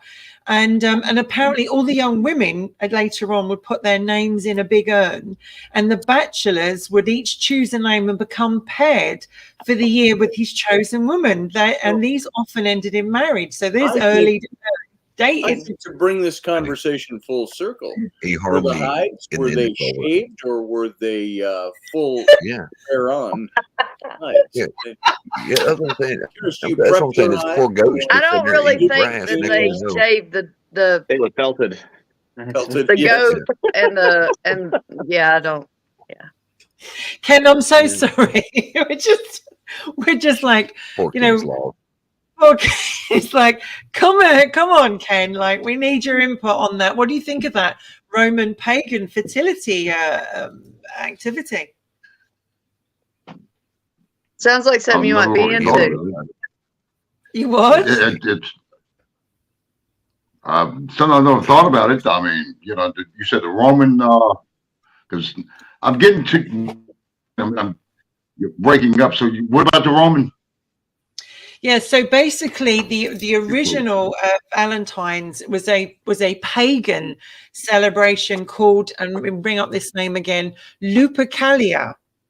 And basically, once a year, the Romans would begin a festival where they would they'd go to a sacred cave and they would worship the Roman founders Romulus and Remus, and they would sacrifice a goat, sacrifice a dog. They would strip, sadly, the poor goat, and they would dip it into the blood, and they'd go around the village, They had to use the wool dipped in milk to wipe the blood off the forehead. And women would love it because they believed it was fertile. Yeah. Oh, And of course, the women lupra part, from the Latin for wolf, lupus, it has to do with the wolf who raised Romulus and Remus, the twins, the founding of Rome and all of that, and suckled Romulus and Remus. So the boob thing enters the picture again. The boob thing. You have a crass mind. What else did I see here? Something about the whole sacrifice thing. The sacrificial feast followed all this slapping women with goat skins. And, That gives you an appetite. yeah, and after the Luperci cut thongs from the skins of the sacrificed animals and ran 2 bands around the Palatine Hill, striking with the thongs at any woman who came near them. Oh, see, I'm thinking thongs. I'm thinking like thong panties. No, not that kind of thong, of Scotty. Icelandic Yeah. necro pants. You know what necro pants were? John Ward and I talked about these. There's one pair in a museum in Iceland, I believe. The ones that are made out of a person's Where- skin. Yeah, they would take the skin of a dead dude and they would skin him all the way down, scrotum and everything, make sure it was all sewn together, and they'd make pants out of them. And you wear these pants for special powers. People could use those today. Yes. You could. Yeah. Yeah, it's They like want I your want somebody superpower. else's scrotum wrapped around mine. I don't think so. And these necropants didn't look very comfortable when I saw pictures. They got pictures of them in Iceland. They're 1,000 years old, whatever. I think the scrotum thing you talk about is where the bow ties came into effect. 2 little things on the side of the neck. Oh, I maybe think so. the little bow tie. You got 2 scrotums right here, and man, that's cool. So later on, they decided because guys were going, "Oh man, you can't do this." So they made the little bow ties to represent the scrotum. There it is. There's an evolution to everything, an etiology of everything. Etiology of everything. Yes, So it just Shouldn't those have been for the women? Yeah. That had their husbands around their neck. it should have been. I mean, because That's where that came from. Well, you wouldn't want they to. might- Misleading false information. You wouldn't want to upset those, those pagan women because they were mean son of a bitches, and they would actually probably take them out themselves. They had no problem coming along, next. Because, absolutely. So I can imagine what it was, and the Roman history, is so bloody, isn't it? I mean, let's be honest, it is bloody. There's a lot of sacrifice, and even with the celebrations we celebrate today, it stems itself in bloody festivals, and May Day is another one. Over here on May the 1st is Beltane, I believe. Is that right, Scotty? Beltane? Beltane. Well, what about Beltane? Beltane is May the 1st, and that's a pagan. Isn't that and where the you all women, get naked and the women all under the moon or something? you have the maypole, which is they go around the maypole with the Yeah, ribbons. it's the phallic dance, the phallic dance, activity, and being entwined in each other, and the maypole is actually representation of the man's appendage. But in the old days, women could actually go and pick a man of their choice, because you had the May Queen as well. But women could go and pick the man of their choice and have sex with him to be as fertile as possible. So women Just had the saying. power back in the day. So the maypole women is had the power. cute, but those guys have nothing, absolutely nothing on the Japanese. Oh What do the God! Japanese do? What, So- anime? No, not anime. Every year there is a fertility festival that takes place in Japan, and I'm going to try to get the official name for it. But basically, these people have huge parade for it, and they literally construct massive wooden phalluses. Oh yeah, I've seen that. They actually have a tug of war event, basically, kind of thing, where you have a symbol of the masculine and a symbol of the feminine. Oh, is that that come the together. Kanamara Matsuri? Kanamara Matsuri, the festival of the steel phallus? Where is it? Where is it? Is it Tibet or somewhere like that where they have all the? We need to go there. Yeah, Scotty, it is the Kanamara Matsuri.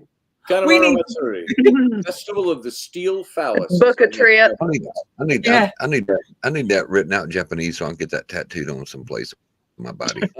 Here, let's see. I think it's the steel. Mara Kanamara Matsuri. Matsuri Is it you? Is there an R in there? Man is a still phallus. Yeah, that's what I do. I get it right here across my belly. Man is a still phallus. Matsuri. Connemara is like not County Connemara, and it's not Irish. Connemara. Connemara. I thought that was Connemara. Yeah, that's right. Connemara. Here's a question for you, Jason. Is there a celebration for the vagina? Yeah. Every day of Every the week. day. Every day of the week. I mean, they've kind of got a point there. I mean, let's face it. Women outnumber men 2 to 1 or more better. Like, in terms of population size, the majority of humanity does fall within the heterosexual realm. Everybody is trying to, find a mate and make their mate happy all the time. But there's got to be a celebration. Do you need a holiday for a daily celebration? What was it? Was it Mark Are you that insecure? Is like the strongest, craziest organ system within human beings that can take and pass a watermelon-sized object and still bounce back for more? Is it really that insecure that it needs its own holiday? Yeah, you would have to have it a leap year. Yeah, you couldn't have it every year. It would have to be a leap year holiday. If guys understand what I'm saying. We wouldn't do it every year. Here's me stirring. It would have to be a leap year. A quote from It would have to be a leap year holiday. Huh? Wasn't it Mark Twain that said, man comes from woman's womb and spends the rest of his life trying to get back in? That's very true. That's what I'm saying. That's what I'm saying. It would have to be a leap year holiday. But I think that the women, men, everywhere you go, it's phallic, isn't it? The whole penis issue is phallic. It's like the figurines, the there is a counterpoint to it. It looks like the Connemara Matsuri. There looks like there is some sort of counterpart, or it is a it's about fertility, and it's done in conjunction. See if you can see that. I need to go to Japan. Nice. Your light ring is really throwing a nice Hang on. Yeah. I need to go to Japan and book a holiday out there, I think. She's trying to put the phallus yes, picture there is. the ring. Let me. Snow on the penis, does it say? Origara Matsuri. There's a counterpart out to the penis festival. This is the penis park. Ooh. Yep. Yeah. It's the penis park in Korea. Yeah, I was gonna say that's on mainland Asia. That's with Korea. That's those mainlanders. Yeah. Well, we don't. But I always said that's how come missiles and bombs always penis shaped. It always goes back to. It is.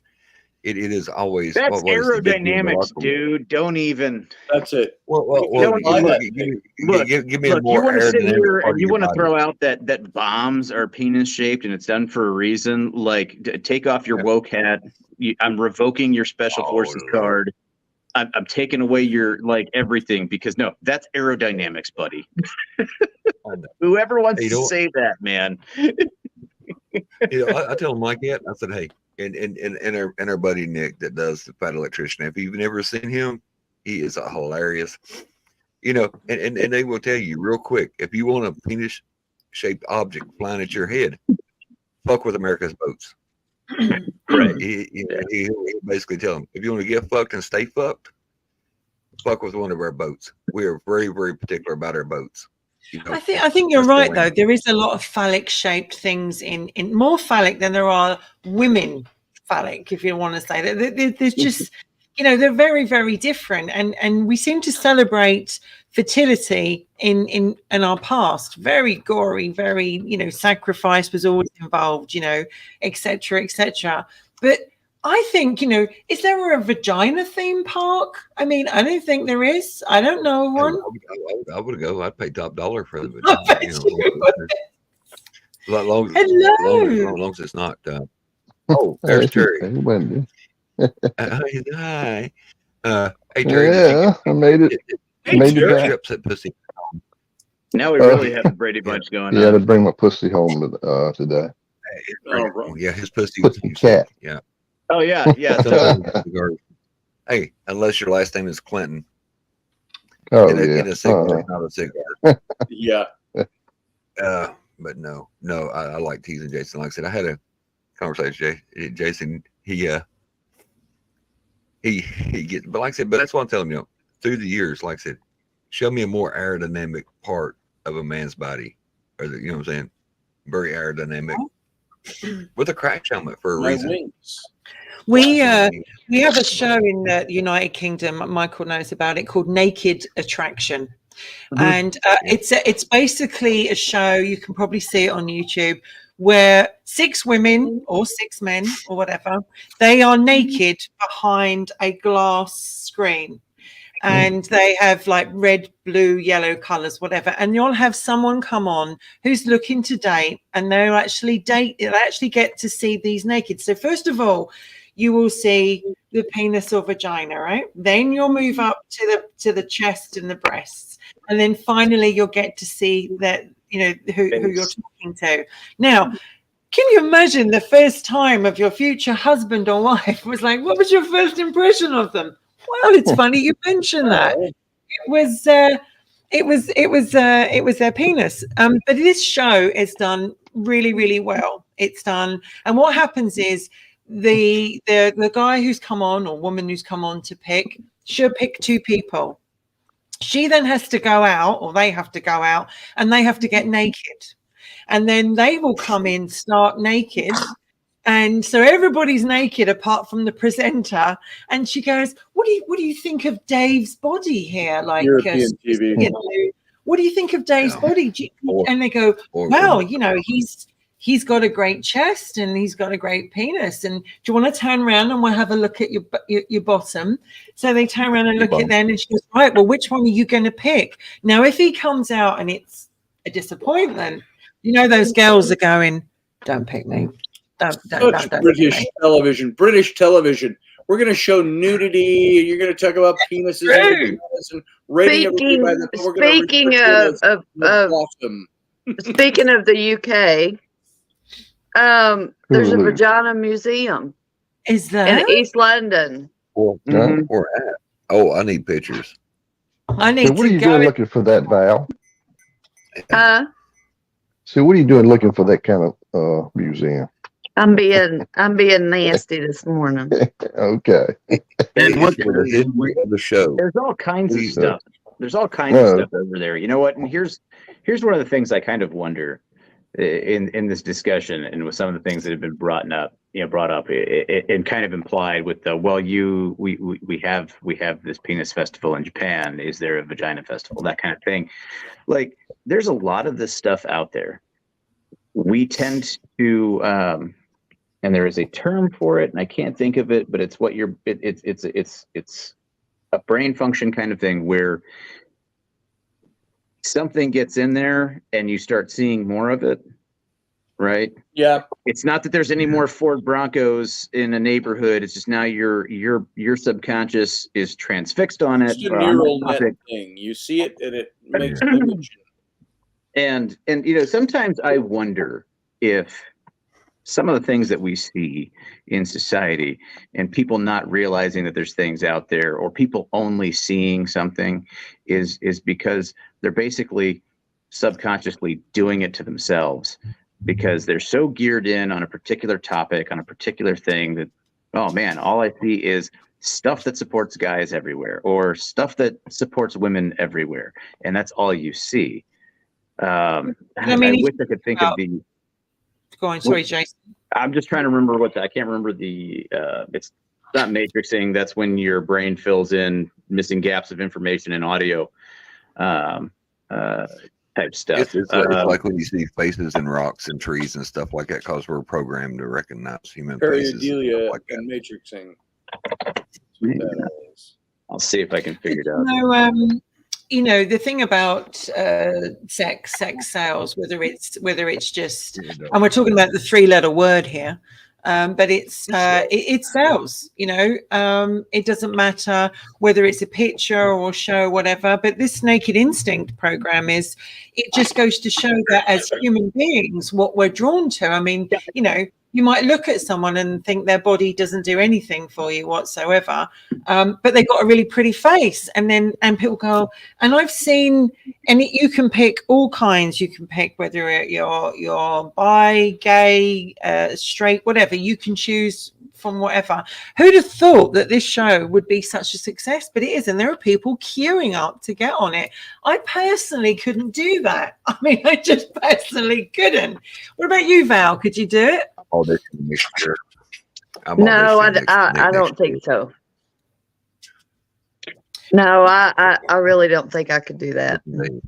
Well, David, it seems to be sex right now because it is Valentine's Day, and what do we talk about but love and sex? Ken, how you doing back there? Love. I'm sitting here listening to you guys talking about the three-letter word sex, and I'm looking at and I'm watching everybody's expressions except Terry. Terry is so confused. Hey, I thought this was all about KB this morning. KB only, but everybody's getting away from the subject. KB. Well, no, KB's sitting back there like being very good today. He's been very, very innocent. Look at that face. He's been Spider-Man phenomenon. Got it. Okay, there's another. It's called the Jeju Love Park in South Korea. Wow. I know where Val's going next year on vacation. She's going to Korea. Yeah. In England. She's going to the home of the steel penis. Home of the Korea bound Steel Fowl Festival. Yeah, she's gone to Korea. She's already been on that trip in the airlines. I got to go to Korea. Here's one of the statues. Yeah, that's what I'm saying. She's already queued up. What? What What is that? It's a man holding a woman upside down in a 69. Oh, now I see. That's nasty. It is the conversation, Scotty. Read the book. I mean, that's It takes a lot of upper body strength. You can't skip leg day for that. well, that's why you There's another one. work out so you can have. See, that one's kind of That's that better. one's cool. That's a little bit better. Yeah. Oh Lord. Because as you get older, your back is not as versatile as it You have once to lay was. down to do that when you're old. And you're kind of like, no, don't lift me, don't lift me here. One more. I gotta say, can anybody say glory hole? I mean, yeah, we can. Do you want us to? With that I on? don't know. Some men need thicker walls than others. I've got to say one thing. I've got to say one thing. I've never seen Trey smile and so happy as he is right now. Can y'all look at Trey? Look at his smile. He was so happy. He's learning so much from you guys. And like I said, I'd like to thank everybody for joining us this morning. I got here at the Council by the Roadside and across the pond for morning coffee. You guys know it. The show is not about hate. And no, it's about freedom of speech. You can say anything you want as long as you don't threaten, kill, dismember, harm anybody.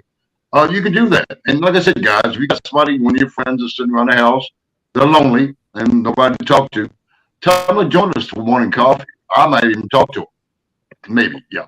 So like I said, I'm having fun watching the reactions of the guests on the show this morning. But again, the thoughts and the accusations of the guests does not reflect on morning coffee with KB. Go ahead, wicked woman, it might be different. Wicked. Sorry, it wicked, just wicked. got me thinking. Was there one for the opposite side? So.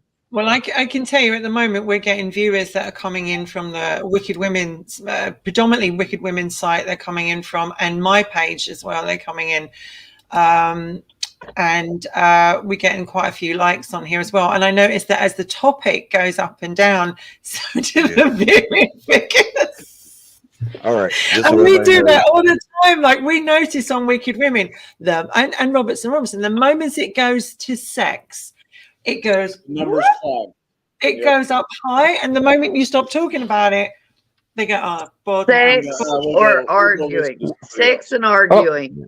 I want to Yeah. know what That's happened to all sad. the women that's supposed to be on here this morning. I think Yeah. they're watching. They are Oh, they're watching. oh, We Oh, have okay. got in the chat room. We've got Sandra. We have got Alison.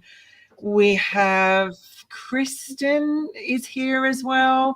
So we have the three ladies watching. But you know, hey, I'm squeezing you all in now. Look, we've got room for just one more to come in. How many of you got well, on your I page? would get 8 for just one more woman if she wants to come on. A woman only. Woman. Is there a woman that wants to come on? Let's bring you on.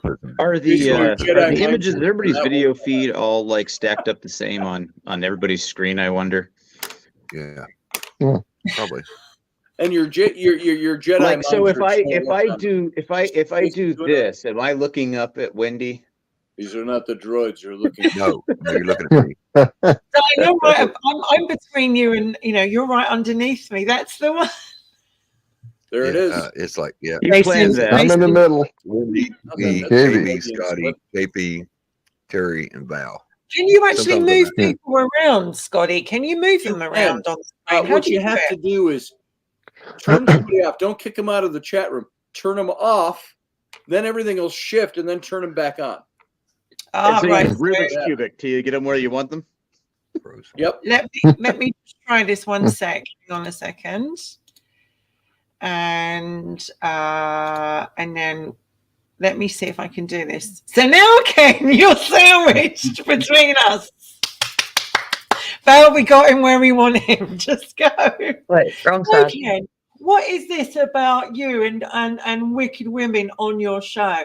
We're always getting bad press from your show. I don't understand it. I mean,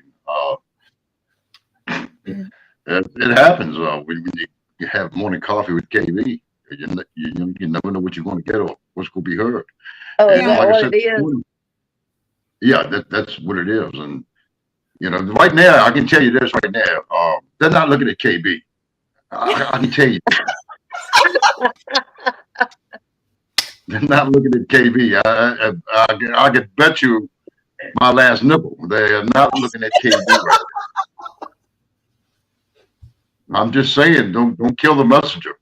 What are they looking at, Ken? Huh? What are they looking at? The ladies, the boobies, the chocolate covered boobies. I mean, now if you go make the guys real happy, just go and get your thing of chocolate Hershey's, rub on there, and there you go. Your gift to them. Yeah, chocolate boobies. Val, your mic is still muted, just so you know. But Yeah, I had to cough, so I muted it. We have noticed on said shows that Wicked Women seems to get a bit of a bad press, and it's like we put a good show out there for you guys. We're there, and it's like, where are the women? Where are the Wicked Women? Oh, that's right. The weather changed. They're not here today, and it's like, hello. We put out a good show. Yeah. And like I said, they're not looking at KB. KB who? That's what they're thinking. Maybe you're a sandwich right now. Hey, what I can say is the kids can have an Oreo cookie, and I can be the cookie. Yeah. They'll eat the middle of an Oreo cookie and say this. It's like it's a little sandwich there, Ken. So Ken, now it's now it's just that we'll keep the others there for a second. Now it's just the two of us. Is there anything you want to say to us, ladies? More boobies. It's Valentine. I mean, I don't want to give Valentine gifts, but this is my gift to you guys. Hey, come on, guys. Sandra comes up with a good quote here. If Ken was a sandwich, what flavor would he be? Everybody write down what flavor Ken would be as a sandwich. Be nice to the old man. What kind of flavor would Ken be as a sandwich? Scotty reckons you'd be egg salad. I'm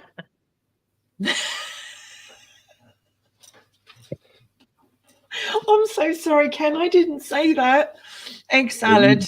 I'm just waiting for the others. Come on, Terry. If Ken was a sandwich, what flavor would he be? Oh my God. Oh, she's going. Peanut butter, says Carlene. She thinks you're peanut butter. Okay. A Reuben? How about a Reuben? A Reuben sandwich. Yeah, Reuben's What good is a sandwich. Reuben sandwich anyway? What is a Reuben? Cheese. Sandra says you're a cheese sandwich. And apparently David says, and I can't believe I'm saying this, he's the mayonnaise in your egg salad sandwich. Homie don't play that. Homie doesn't play that, but No, not this sandwich. we haven't been too mean to you this week, have we, Ken? No, but I'm okay with that. I mean, you know. Oh, Alison says you're fish paste. I'm a what? Your fish paste sandwich. Oh, and now Scotty thinks you could be, what is that? Corned beef and sauerkraut. Yeah. Ham sandwich. See, apparently Reuben is rye bread, witty corned beef. Was that, let me just put my glasses on. Witty corned beef, sauerkraut, and Thousand Islands. Oh, that's very fun. Let's bring Scotty into this and go, Oh, hey. that was a good sandwich. Well, there it is. Yeah, the Reuben. That was JP's concoction. There we are, Ken. I can't believe nobody knows about a Reuben. That Nobody knows about That's what Reuben. Reuben is. Yeah. So he's a bologna I will sandwich. say one thing. I will say one thing, Scotty. I will say one thing. At least the people will be eating good in the neighborhood. Yeah. You what in the neighborhood? What was that? They'll be eating good in the neighborhood. They'll be eating good in the neighborhood. Yeah. Well, you know, just so you know, like with wicked women, we do try to not always go there. But today, I think we've completely lost that. I think we should get what everybody is as a sandwich. That's we just go down the line. We've started with KB. Let's just get everybody's opinion on sandwich. This would be hilarious. Go. We'll go around clockwise. So Val, if Val was a sandwich, what would Val be? Oh. Bologna sandwich. Yeah. Did you say a blow me sandwich? He did. Nice, kid. Bologna. What's going on in the chat? Because that was kind of funny. That was a good one. We should just keep that going. The hot sauce in the taco. Oh, what would Val be if she was a sandwich? I suppose a taco is a could be like a sandwich. A quesadilla. Ole. What about Michael? What do you think that sandwich Val would be? I'm thinking probably ham and tomato, lettuce, BLT. Yeah. We'll give it back. Yeah, we'll give her a BLT. You got Robert Pitts there. It's put me off. Terry. Yeah, a burrito supreme. Oh. We're stretching the limitations of. That's full of bologna. Terry, that's full of bologna. Bread component, and then you have a filler component. All right, where it's a sandwich. Bologna, I guess. Bologna. Jason, what would you? I like burrito better. Oh, don't pray. Now ain't time to be careful. This is not my praying hand gesture. Yeah, okay. You asked him a sandwich from the kakaliki sandwich. Oh wait, that's soup. Caprese.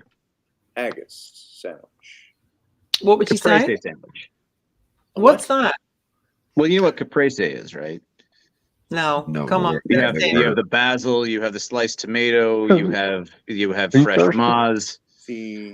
Not like the block of maz. Cretins who don't. But use basil. and And then a lot of times there's like you see people throw other things in there with it, like prosciutto or whatever. So yeah. I would say that Val's probably she likes a good hot dog, and she likes her hot dogs hot and perfectly shaped, and a nice soft bun. You beat me to it. And a nice soft bun. Usually found in carnival settings. Foot long. And a nice soft bun. Just the perfect size for her mouth. And I think she probably likes a drip of English mustard. The relish in English mustard. Like I said, she will be going to Korea sometime next year. Road trip. On it. And I think that Val is a woman that could eat that hot dog in one go. So that's just what I'm saying. Instead of the relish. Lord have mercy. Val is a woman of many skill sets. Oh yeah. Val, which sandwich are you? Come on, tell us. Take your mute off. Mute off. No, your mute's I on, don't girl. know. I know. I got it. You don't know? I don't know. You've never thought of yourself in terms of I think I Wendy have hit it never right thought over of myself as a sandwich. I think Wendy hit it right over the Everyone head. else thinks. Quit changing the rules. Don't worry about what Yeah. you think you are as a sandwich. Foot long hot dog. What if you're gluten free and you don't do the bread part? Then you're So now we come to Scotty. And if Scotty was a sandwich, what would Scotty be? Monte Cristo. I was gonna say He would be a Monte Cristo. you dip it what in do you batter think? when it's made and you fry it up. On the What do you show. think, Terry? With the little raspberry coulis or jam or whatever, and the Absolutely. ham and turkey and bacon. That's Yes. yeah. Bam, says Carlene. What do you think, Spam. Terry? Vienna sausage on a bun.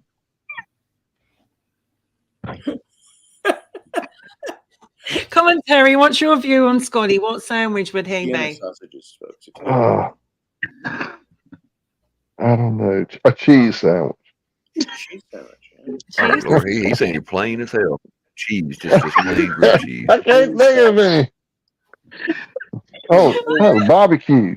Barbecue. What kind of barbecue? Yeah. We talking Carolina Hot- barbecue? We talking pulled pork? No. We talking We're talking about brisket? hot. We We're talking talking about hot barbecue. okay, Wendy's so it's laughing heated at up. the Got it. fork part. Oh yeah. Spicy hot, spicy temperature. Like we. Yeah, spicy hot. Oh, okay, Yeah. okay. Michael, Let's what go. do you think Scotty would be as a sandwich? Oh, Roll he's it, pretty Michael. classic. So classic ham and cheese. You know what I'm saying? It's good. Classic You know, ham and cheese. classic. I like that. you know, it's filling. Worded and well. Toasted, you know, even better. toasted. Yeah. A little warm. A little heart disease in a skillet. You A know what I'm little saying? 'Cause you gotta- alcohol reference there. yeah, oh yeah. Well, yeah. I probably agree with Alison in some ways, but Scotty is a all-round American, so he likes his steak. But I would think he probably likes maybe a little bit of. Do you guys have that out there? Tongued meat. Do you have that? Tongued No. meat. We have You talk about like tongue. tongue, cow Oh, tongue. yeah. Do you have that? Like cow tongue, like a cow tongue.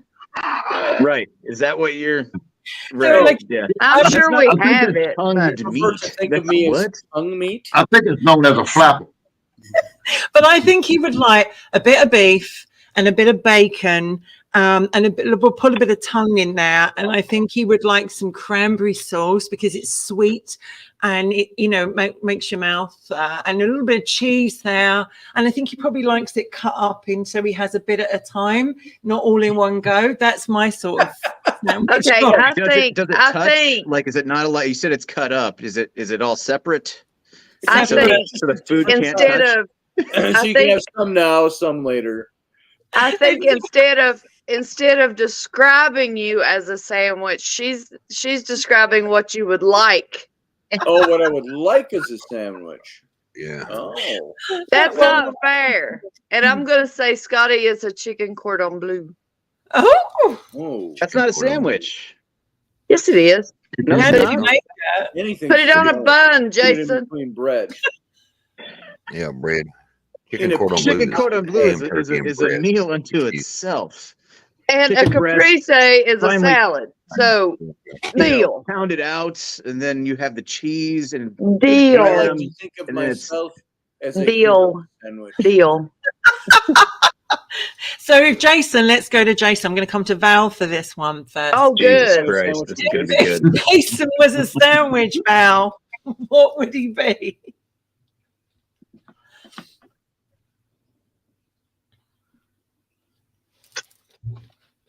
It's not coming readily. I'm trying to think. Because you have plenty of reasons to show up. You've got plenty of. I'll reasons tell to him. show up. Jason's thinking about it. Jason would be a pumpernickel sandwich. A what? Pumpernickel A sandwich. what? Pumpernickel. Pumpernickel. Yeah. No mayo. I'm gonna say a steak and cheese with onions on top on a hoagie. Scotty, what would you say? I hear TV or something. I would Who's got the definitely TV on, see guys? Jason Who's I've got got TV the on? one. a sandwich, but Who's- it's a sandwich. Who's I got the can see TV on? Is that you? Is that you, Jason Val? as- That's Robert. Okay. Terry. All right, Somebody's got a TV. Angus beef burger. He's a Oh. burger with the classic fixins. You got to put pepper jack cheese on there. Maybe even Little make spiciness. maybe even a squatch burger. That would be the burger that's infused with homemade peanut butter, with pepper jack cheese over the top, a little lettuce, but not just any lettuce. We're not talking ball lettuce where you peel it up. We're talking leaf lettuce, like romaine lettuce, cut the big leaves, and then tomato. Not just tomato. It would be Roma tomato. And you put that on, and then you have to have a slice, not a chunk, not little round things. You got to have a slice of dill, garlic dill, topped with an onion ring. And That- whatever sauce you please. That's the sandwich. kind of meal that you eat it and immediately have to go to the bathroom. Yep. You need and it needs a toothpick to hold it together. It's the one that you eat, and then you immediately regret it later. I get it. Yeah. I get it. There it is. Oh, But it's good. It's good, Halfway and through, you're like, it might kill your heart. this ain't good. This ain't going to be the right thing to eat. You got to hold it together with a piece of wood stick. What about those that's big part of burgers it. with the knife in it to hold it together? There you go.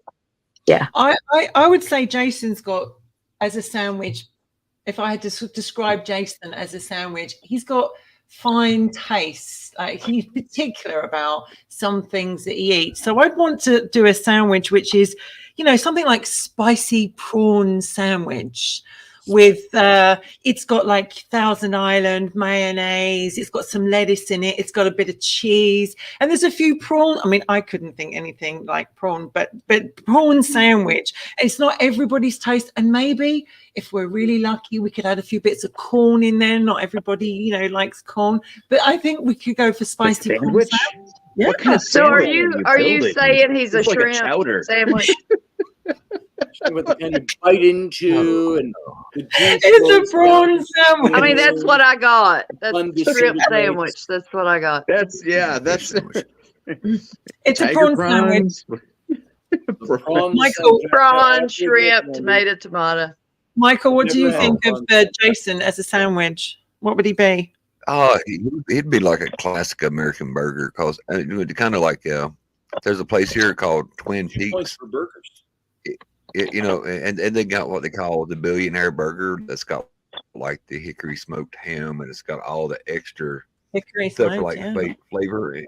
It's got smoked bacon and all that in it. And I know the burger is like $28 for a hamburger. So I think Jason Yeah. is a man of fine taste, and Yeah. So he's Yeah, an yeah, they're all expensive American. burger. Wendy Yeah, and all- Well, all Mike, American. got to Mike, go. I have to beg out. Mike, let me I ask you a apologize. question. I got to go take care of some business with a business client. You what, So- KB? My alarm just went off. Later. See you I later. wanted to ask. Hi, Scotty. Yes, thanks, God, for joining us from one coffee out here at the Castle Roadside and across the pond. Mike, my question to you is, what would you think of Wendy as a sandwich? As a sandwich, oh, very fulfilling, very supple. It's something with a lot of flavor, a lot of class. So I'm trying to think. It would be something that you could have every day, not get tired of. Something comfort. It'd be like a really, really nice gourmet ham and cheese. You know what I'm saying? Ham and cheese. You can have it with tomato soup. You can have it with chicken noodle soup. You could have it alone. So chicken mayonnaise, right? No. Ham and cheese. Ham and cheese. Ham and cheese. I like something that's comforting that you can have every day. Jason, what about you? What kind of sandwich Would Wendy be? If Wendy was a sandwich, what would she be? Sam Pickle Rick.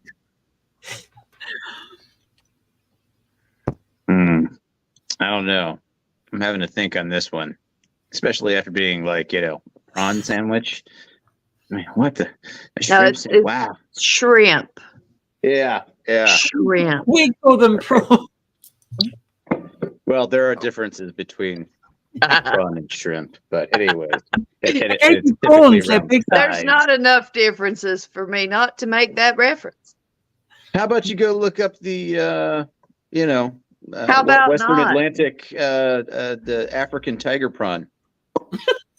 Okay, Tiger. Well, what about Wendy?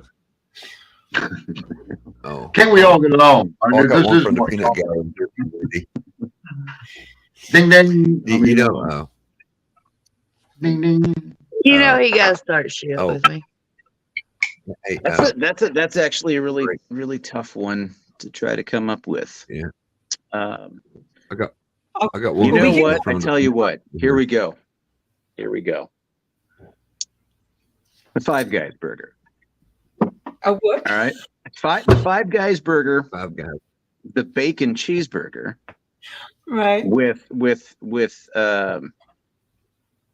grilled jalapenos. I'll tell you what. First of all, this is high praise. All right, this is high praise coming from me because Five Guys is my favorite burger restaurant.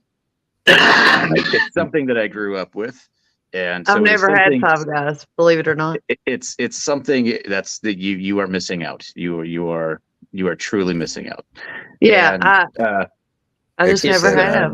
It is something that I grew up with. It is a comforting and familiar combination of flavors that is always steadfast in its ability to provide that level of comfort and security and feeling like, all right, you know what? I got my Five Guys burger. You know what? Yeah, everything's gonna be all right.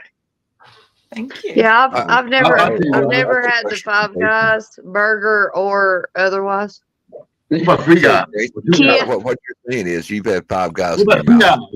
I'm just asking. No, I said I've never had a Five Guys burger or otherwise.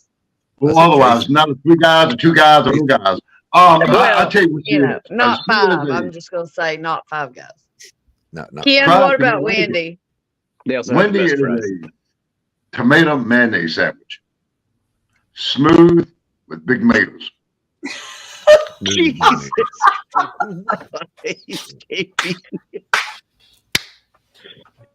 I should have known.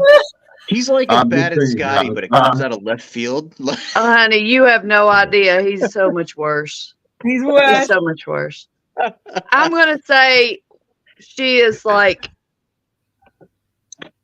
a hot Italian sausage. Your hot dog Just reference. spicy. I feel like there's Just something the like right a amount of Freudian slip bun. going on with her sandwich choices. Do what? Between these two sandwich choices, between Val and Wendy, there's like a Freudian thing going on. Wendy's all like, hot dog, and then Val's just like, yeah, Italian sausage, but like Italian sausage. There's a theme going on here. Could it be Valentine's Day? No, because I think you guys would make the same choice any day. You're right. You're right. I would. Maybe it's just the length of time has been too long. Yes, I know that feeling. It's like, hello. There was another one, the length. The length of time has been, like it's in the distance behind us. We had a, Mike and I could probably give you some great stories about how, we've been fucked by the green weenie. Oh yeah, nobody looks like the government. And people want us to do. People want us to do an X-rated Wicked Women. That's what they want. They want us to do an X-rated Wicked Women, so it comes on late. Won't be my early morning, but late at night. And you know why they do that? You know why they want that? They want Val and I to be filthy. That's what they want. Why do I think that Bob is coming into this play, into the story in a minute? I don't know why. The way I'm listening to them girls talking, I'm thinking Bob is in the picture somewhere, and he's a hummer. Bob is the most dedicated boyfriend I've ever had. Loyal. They say Bob can't say dedicated and loyal as the length he of the does cord not talk or the back. quality of the batteries. He does not talk back. Yeah. He hums to me. Always pleased to see Love you. songs. Always pleased to see you. Like I said, guys, Bob may not be a singer, but he can hum. Women just want inanimate objects. He hums love songs. Oh. See, Bob sang that song to the girl's mind. You know, the song used to be on the radio, Don't Rock the Boat. But Bob hummed it, Don't Sink the Boat. Yeah. That's right. Don't rock the boat like from Guys and Dolls. Bob hums like a Luther Vandross. But he hums it. Bob he goes. I honestly think they want us to do this this show, Val, and I'm sure KB will be there supporting us. No, I can't imagine why. I will be honest with you guys. I'll tell you what the guys want to see, and if I'm wrong, I'll stand corrected, which I'm not wrong, because that's hard for me to say. But they want y'all to do a special sex show called Show and Tell. Yeah, I'm sure they do. I'm sure they do. Yeah, we can't do that. Yeah, on YouTube, dude. JP and Mike would agree with KB. Any blood red American guy would agree with KB and say, yes, I would love to see a sex talk show with Show and Tell. The guys would love it. The rating would probably go through the roof. I'm just saying. See, now for lunch, all I want is like a burger. A Bob sandwich? Or a hot dog. Val wants a hot dog. Go find Five Guys. Even if you got to drive a half gallon. All I want is Five Guys. The burger too. Yeah, look, I'm just saying. If you go find one and you go have one, your opinion of all other burgers is going to basically. Yeah, but you see, I went into a Five Guys. We got one in London. I didn't like it. Well, it's in London. You're trying to replicate the American awesomeness, and it's just it's getting a British flair to it. Not that there's anything wrong with British flair. Do you like go in and choose what you want on it? Yeah, you can. You tell them and choose. Is that what you do? You go in there and you have like your cheeseburgers, and then you have your little cheeseburger. Every cheeseburger has 2 beef patties, unless you get the little burger. It only has 1. And then you also have like who wants a little burger? And you have the burger, right? And I'll never tell you what you have those. You can get all of your toppings on there. Like that's no extra charge. It's if you want jalapenos, you want tomatoes, you want lettuce, onions, whatever. So is it kind of like a Subway with burgers? Except they're not like going down an assembly line. You're telling them to stack it on. You tell them, you look at the menu, you tell them what I want. Okay. They short order it. Well, they do say they have the best prize. They do say that everything is bigger in America, because if you came to Britain and you had the sandwiches, they are actually smaller. And so when I was in Canada and I saw some of the sandwiches size they bring out, I'm like, no wonder everyone's like so incredibly happy they're eating all this stuff. But over here, our sandwich is really small. It's just 2 bits of bread, or you get a wrap It's just like, so I would say I'm probably like,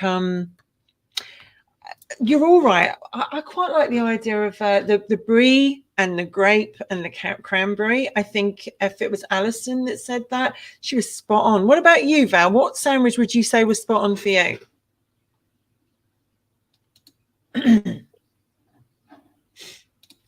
That I am or that I like?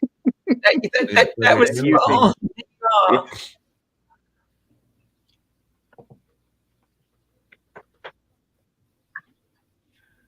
See,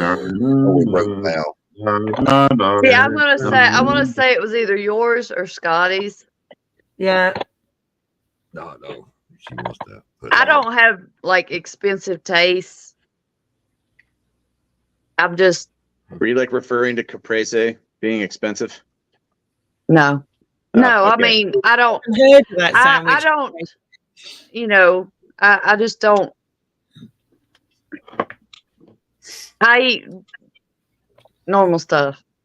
See, this show came about, Jason, because we were on I was on KB's show the other day, and Wicked Women get such a bad press on KB's show. Although he does support us, but he does like he does like get that spoon out and do a bit of stirring and wind everybody up, and they all join in with him. The old boys club, they all join in. So me and Val said to him, right, well, okay, let's bring you on Wicked Women and sandwich you in between us. And as much as you'll enjoy that, ask you, why is it, Ken? Why is it that, you do this? You're so mean to Wicked Women. Oh, it's the What? I don't know why Wicked Women don't get no press. None of the shows promote Wicked Women. You should be screaming it from the treetops. Watch Wicked Women Sundays at 5 ET. 10 o'clock UK. Just food for thought. You talk about KB always dogging on the Wicked Women show and stirring up trouble, but you know what the Colonel did with Elvis Presley, right? Yeah. Yeah, he sold I Hate Elvis buttons and stickers. Exactly. Sure did. So it's on both sides. But no, we took Ken over today. We've kidnapped him and put him on our channel. And Terry was here, but it's certainly been fun, and it certainly brought some laughter this afternoon. Do you not agree?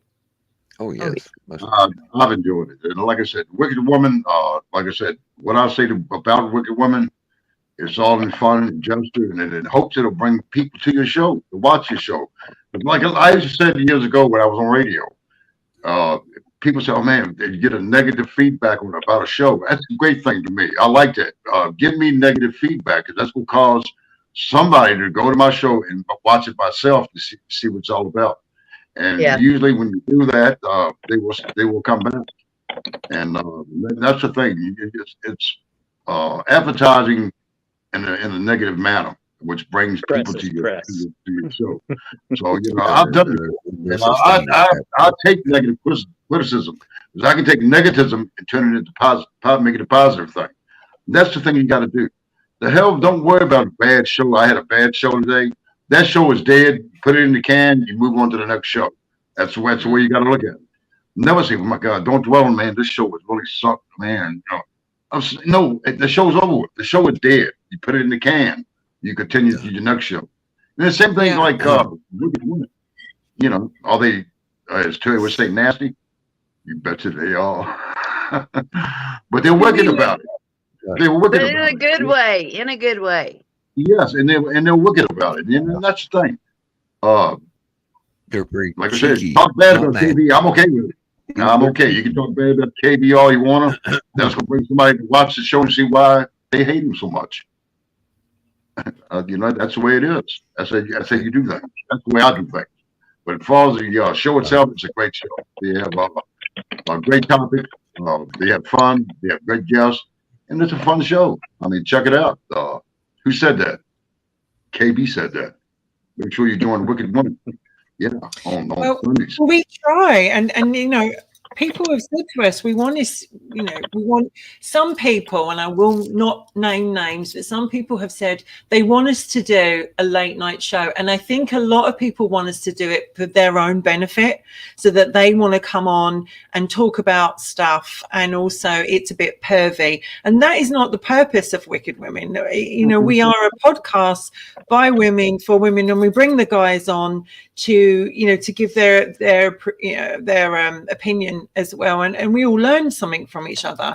And I think there's a lot of people out there that are a bit pervy, and they just want us to talk about things like penises and Surely not. and sex positions. No, we're all about doing that. We're all about doing that, but we do it because we're sharing the information, not so other people can come on and just get their jollies off it. That's not.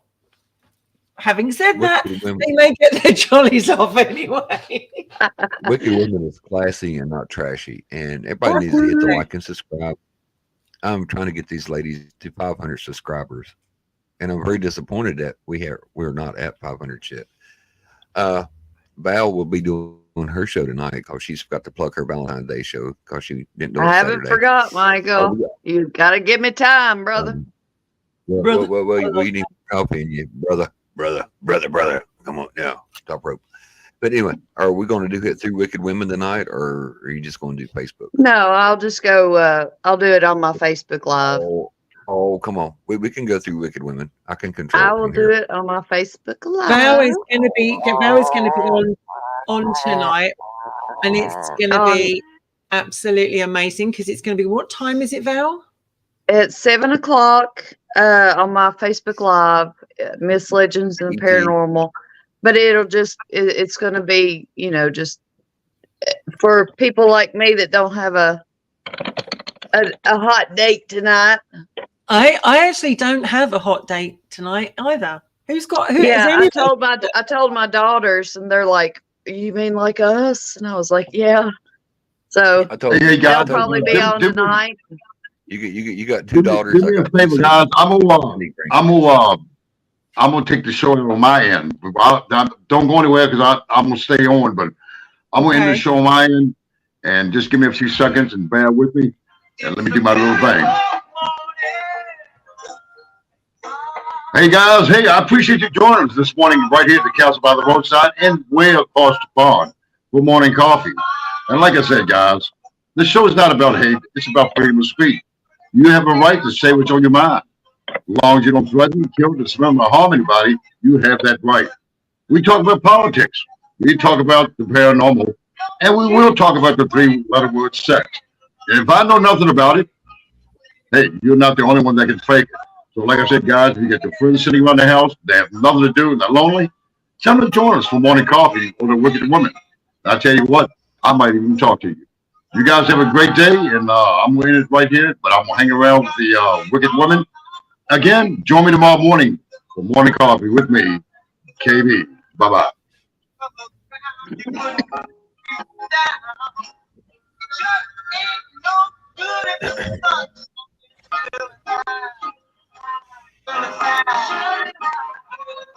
Oh, yeah. Beautiful. Yeah. Oh, yeah. Okay. Talk to you about KB. You're back. Cool. That's cool. But I was saying, we'll just do this tonight. I mean, there won't be really any subject. It'll just be, you know. Well, you know, hey guys, if you got something a subject, to do. Yeah, if you guys got a subject, what you can do is it'll be open mic night tonight. So again, you'll get to talk about the paranormal. You get to talk about myth, legends, not you, Mike, or nothing like that. But myth, legends, and the paranormal. So you get to talk about a little bit of everything, and you get to express yourself and enjoy it. I mean, you can talk about Valentine, death, or whatever you want to talk about. You can put your spin on it and join in and have fun. That's the main thing about it. So make sure you join her tonight at 7 o'clock Eastern Standard Time, right here on Facebook Live. And like I said, on Tuesdays, you join Roberts and Robinson. They will talk about anything, believe me, and it's very informative. Then on Sundays, you got the two Wicked Women. Yeah, you can't beat it. You got a full week. What time on Sunday, KB? Great. You got a full week. You got a full week of entertainment. You know, you got the Wicked Woman, you got Robinson. You even have me every now and then during the daytime for morning coffee. And like I said, on Sundays on Wicked Women, I do know you can watch them at 5 o'clock right here on the East Coast time. I think 3 o'clock on Central time, and I think it's 2 o'clock on the Pacific Coast, and I think it's either 10 o'clock in the UK or 5 It or does 7 get o'clock. Well, confusing. anyway, I get confused doing it myself. just make sure you go to their website and check the banners out. And it'll tell you exactly what time they'll be on, and join them on Sunday nights. Give them a like. Give them a little love. Saturday night's my show too at 7. Saturday night, like I said, Saturday night, 7 o'clock, Myth, Legends, and the Paranormal. So It's actually been kind of nice doing Wicked Women and KB in the daytime, because as I said, we do evening, or rather it's my evening time. It's my evening time, and I sort of stagger into bed and I'm wide awake till like 1 or 2 o'clock in the morning. So to actually be around in the daytime and do it, maybe we should think about that, Val. Maybe we should do it from time to time. Please don't let me get up early every day. No, darling, it's all right. I won't do that. But it's we're also joined by the lovely Kay, who's from Canada, and she will be with us this weekend. And we're also joined by the lovely Sabrina, which she's new, and she's been with us for a couple of weeks. And you know, we're always, if there's a lady that wants to come on and join us, we're more than happy. Like, come along and join Val and myself. We're very friendly. We're very That's Jason. Yeah. You are? Yeah, pretty friendly. Yeah. For the most part. So, We are friendly. Ding, ding, ding, ding. No, we are. Jason knows I'm so friendly. It is funny though, because you know, it's depending on the topic that you're talking about is how people react. And it's like with Scotty, every time that we go to do a show, like we looked at paranormal and we looked at history, and you know what, it was like people would still ask us, can you do relationship, can you do sex, can you do this? So it's like that has become our niche, or because people are pervy and they want to know it. So now with Wicked Women, we're trying to not go down a particular road unless, because it comes up in, this is a subject we want to cover, but it seems they want that, you know, and I have no idea why they want us to cover such subjects like that. Really, JP. you have no idea, Wendy. Exactly, none. Really? They're professional. hey, Valerie, Jason, y'all ready? What? I said, y'all ready? 4. Oh, you didn't hear it?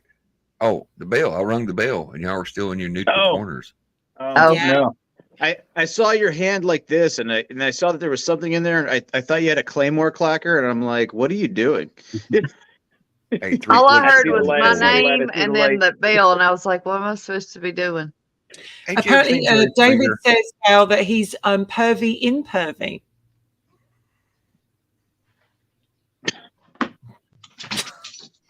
I'm confused and confused.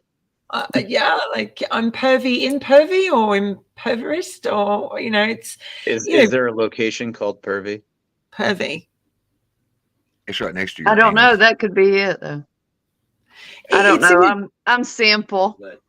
It's like I'm Bridget Jones. confused. It's like Bridget Jones said in her movie, I'm fed up of the half-wits, fuckwits, perverts. And it's true, there are so many of them around, and we seem to bring them in. I don't know what to do. Not you all, by the way. We tend to bring them in, and it's like, women to Wicked Women. We'll take you all, the pervies, everyone else. Yeah, she's not talking about you guys, by the way. It's all the other assholes. No, Jason, definitely not. Definitely not, and definitely not you. But we are fun. It's been really nice to be here today, and just have a laugh, you know, because when KB's on, he only has 4 people on, so not everybody can get on and chat. So that's why we said come over to Wicked Women, and you know, they've been mean about us girlies, and tomorrow I guarantee you, 100%, they'll be mean about us again. They will. And Michael, we don't see you much on in the afternoon now. Only on Wicked Women. That's what I'm saying. On KB's too early for me. I'm not a morning person.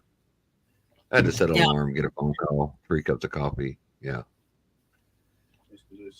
Yeah. I was like, yeah. And yeah. No. Well, No, I would probably look homeless right now, like I normally do. You do not look homeless. When I wake up, I literally look homeless. Like, you know, and I sound like Homeless. You know, it's what? Homeless. I sound like the Godfather. And I look homeless when I get up, and I'm so grouchy. But I had to get up and take Emily. You know, I had to get up and get ready to take Emily to work, go get her and take her to work. So thank you, Emily. If there was if I'm going to ask you boys, actually, while we're here, is there a subject that you want me and Val to cover? Mm. And I'm asking people in the group as well in the chat room. Is there a subject that you'd like me and Val to cover? I got one. Single dads need loving too. Yeah. That's what I'm saying. Yeah. Single dads matter. Why you should date single dads. Yes, that was totally a tug in cheek to the other day. Yeah. Yeah. See, I was sick. I missed that one. So you think about single dads, right? About dating and single dads? Yeah. We got a lot of because it was we were Mike and I were talking yesterday, you know, and kind of about things from the previous show and other stuff. And and I know you and I messaged back and forth about it, Wendy. When people make certain comments, you know, or statements regarding dating single fathers, right? It's one of those things where it's like there is a visceral reaction, you know, that can occur where it's like, hold on, wait a minute. So why am I not good enough?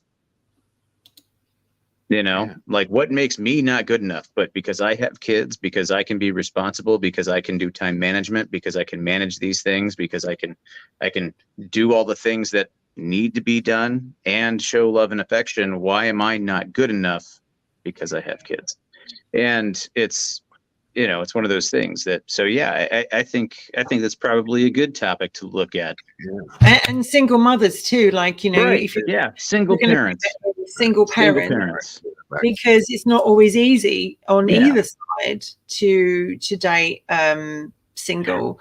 And I was saying to you the other day, I have a brief experience, but there is a time where I don't expect to be a priority, but you want to feel like you're equal.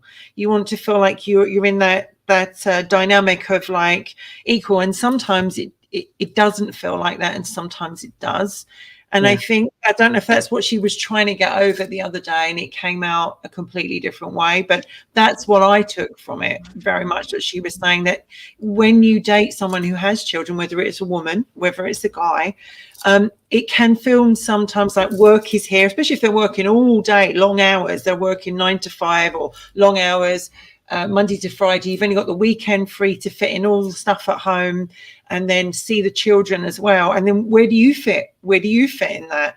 So it can feel sometimes, whether it's female or with a guy, that you are, you know, you're slotted in.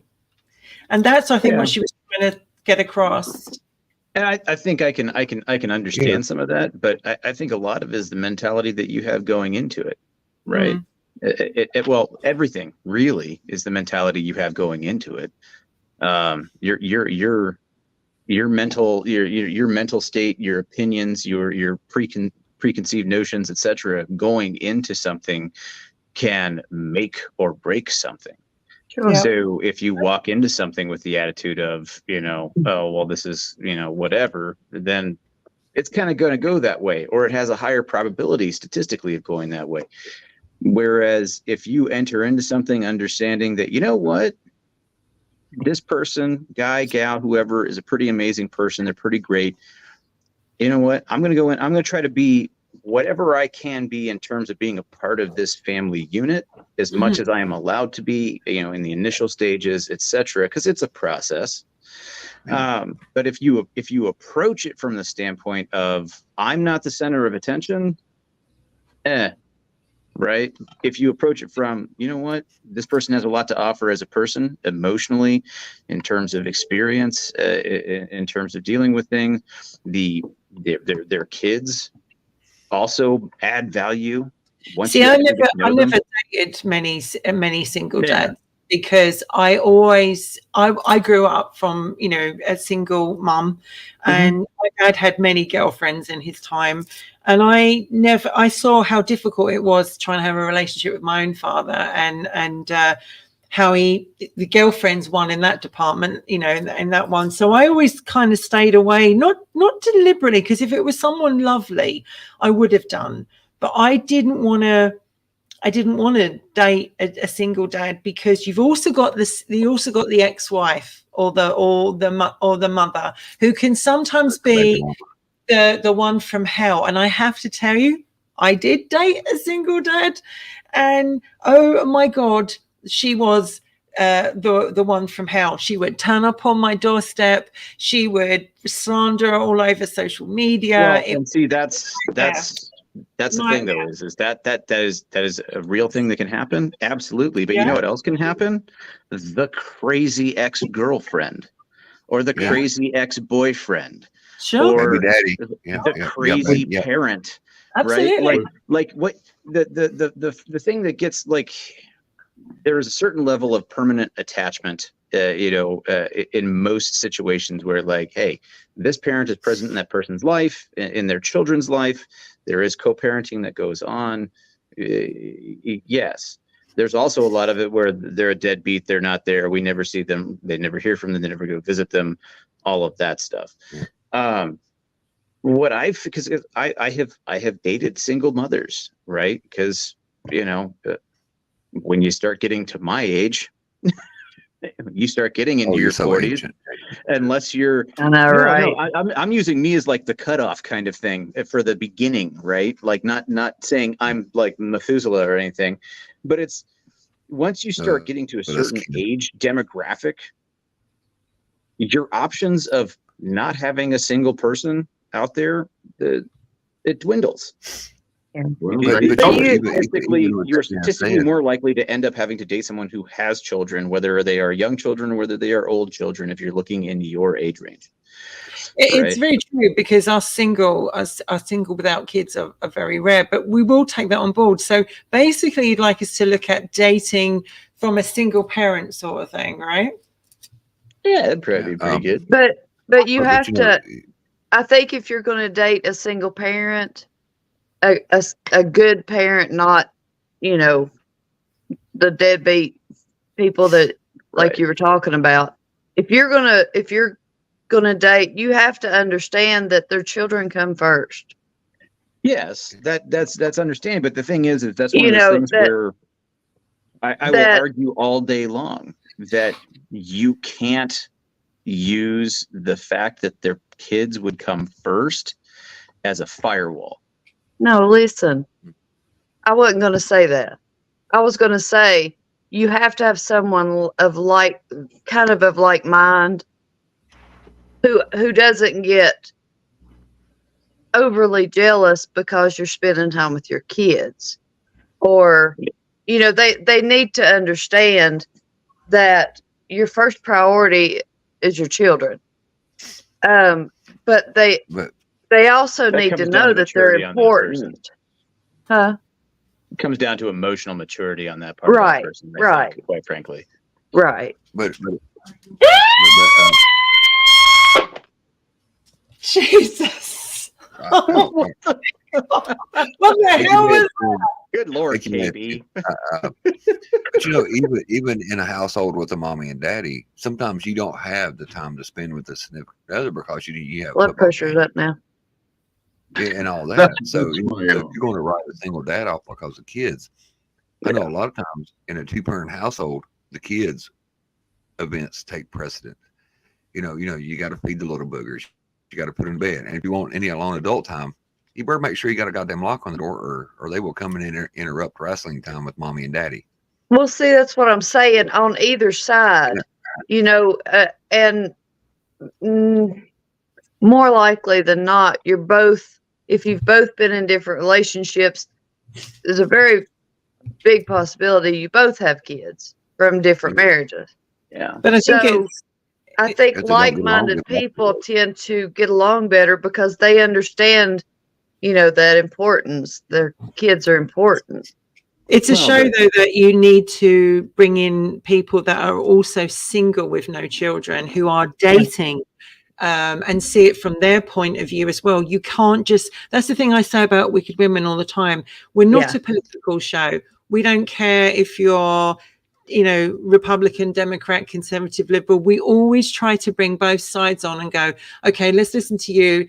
Not because we're taking sides, but because we want to hear everybody's version on it and say, and it's like, if you're dating a single dad, or if you're dating a single woman, how is it for someone who doesn't have children? How is it they deal with it? Because it's not wrong on both sides. It's like it's difficult all round. But yes, and for the person who doesn't have children coming in, it can be just as difficult, because you're trying to fit in.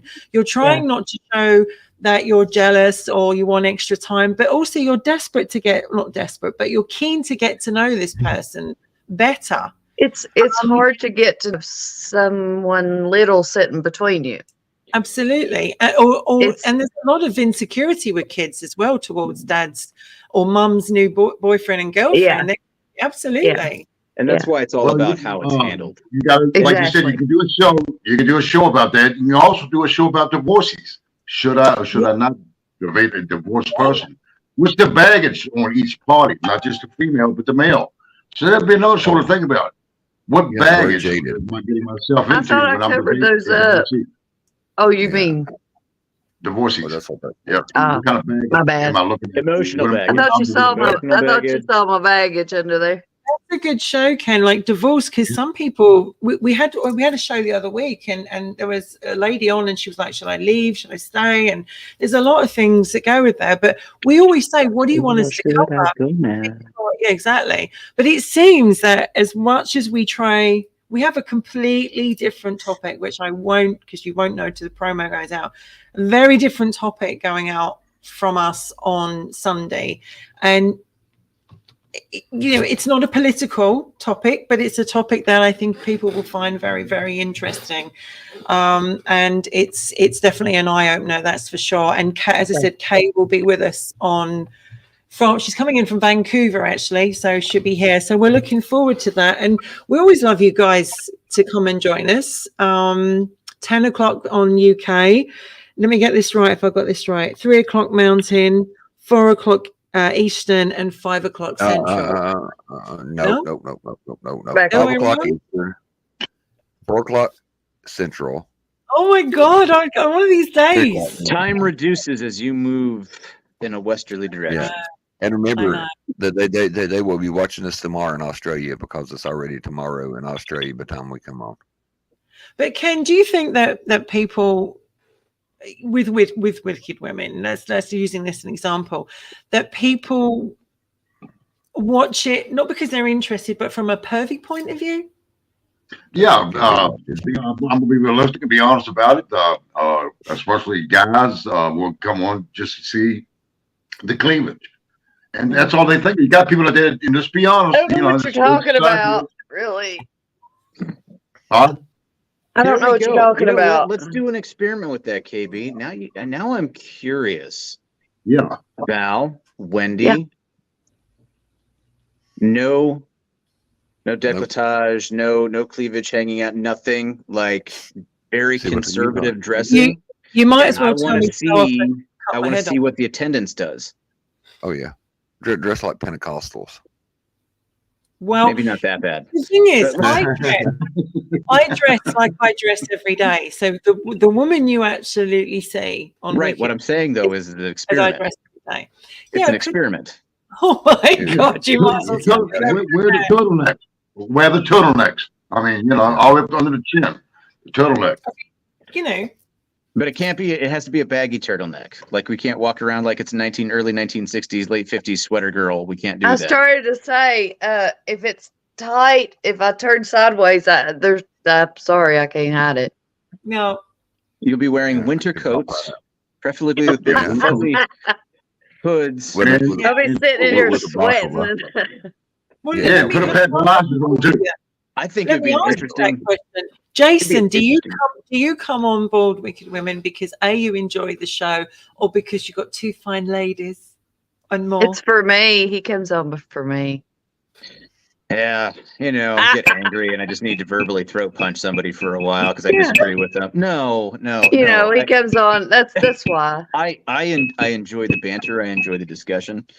I come on because it's an opportunity to where when there are people that come on and have, you know, something Yeah. that seems like an incredibly hardline opinion that's wrong, but hey, you know, it's a free world. Everybody's entitled to their own wrong opinion. And you know, but like I enjoy the discussions. I enjoy the interaction, the debates, the laughing. Those are, you know, and even with the differences in opinions on things, it's still people that I typically get on with pretty well. And you know, it's just another way for me to be social, and not be all, you know, squirreled away Antisocial. and avoiding people. That's good to hear, Michael. I mean, obviously, you've been a big fan of Wicked Women right from the start, you know, and you've been our biggest promoter, and we're very, very grateful for that, because you have got more views, certainly by keep promoting it on YouTube, and you know, we're grateful for that. But you've always been a promoter, so I think you said it makes your Sunday or something, doesn't it? It does. You know, it gives me something to start my week with. It does. And I tell people, you know, there's a lot of different things out there that you can watch on YouTube or listen to on a podcast. I said, you know, give these ladies a try, and I think you will enjoy it, because they do cover a vast, you know, and even though at one time I was accused of not supporting strong, independently minded women, I'm thinking, you dumb bastard. You know, I scream it to the woman that cuts my hair. I talk about it at the gas station. You know, I go to the doctor office today to have my chest CT done because I smoked too much. You know, and when I left there, I had 3 people, you know, that one was like, I ain't got nothing to write it down on. I took my Sharpie out of my pocket and wrote it on her hand. I'm like, yeah, Wicked Women at 888. Be there or be nowhere. And I tell them, I said, you know, at the end of the day, it's it, you know, I tell him, you know, I've seen him go into shops and actually go, do you like podcasts? Yeah, there's a great one on a Sunday night, and he'll give the name, and he'll tell them where to come. And a lot of people, there is another Wicked Women on YouTube, nothing like we are, but they're not even a podcast, but there is another Wicked Women. And I think we wanted that name. We wanted Wicked Women to be our title, but we couldn't because there was another one, so we've had to go for the AAA. And people say, why AAA? Well, first of all, Val loved it. It was an angel number, and it's also very lucky, and it's also the shape of a woman. 8 curvy.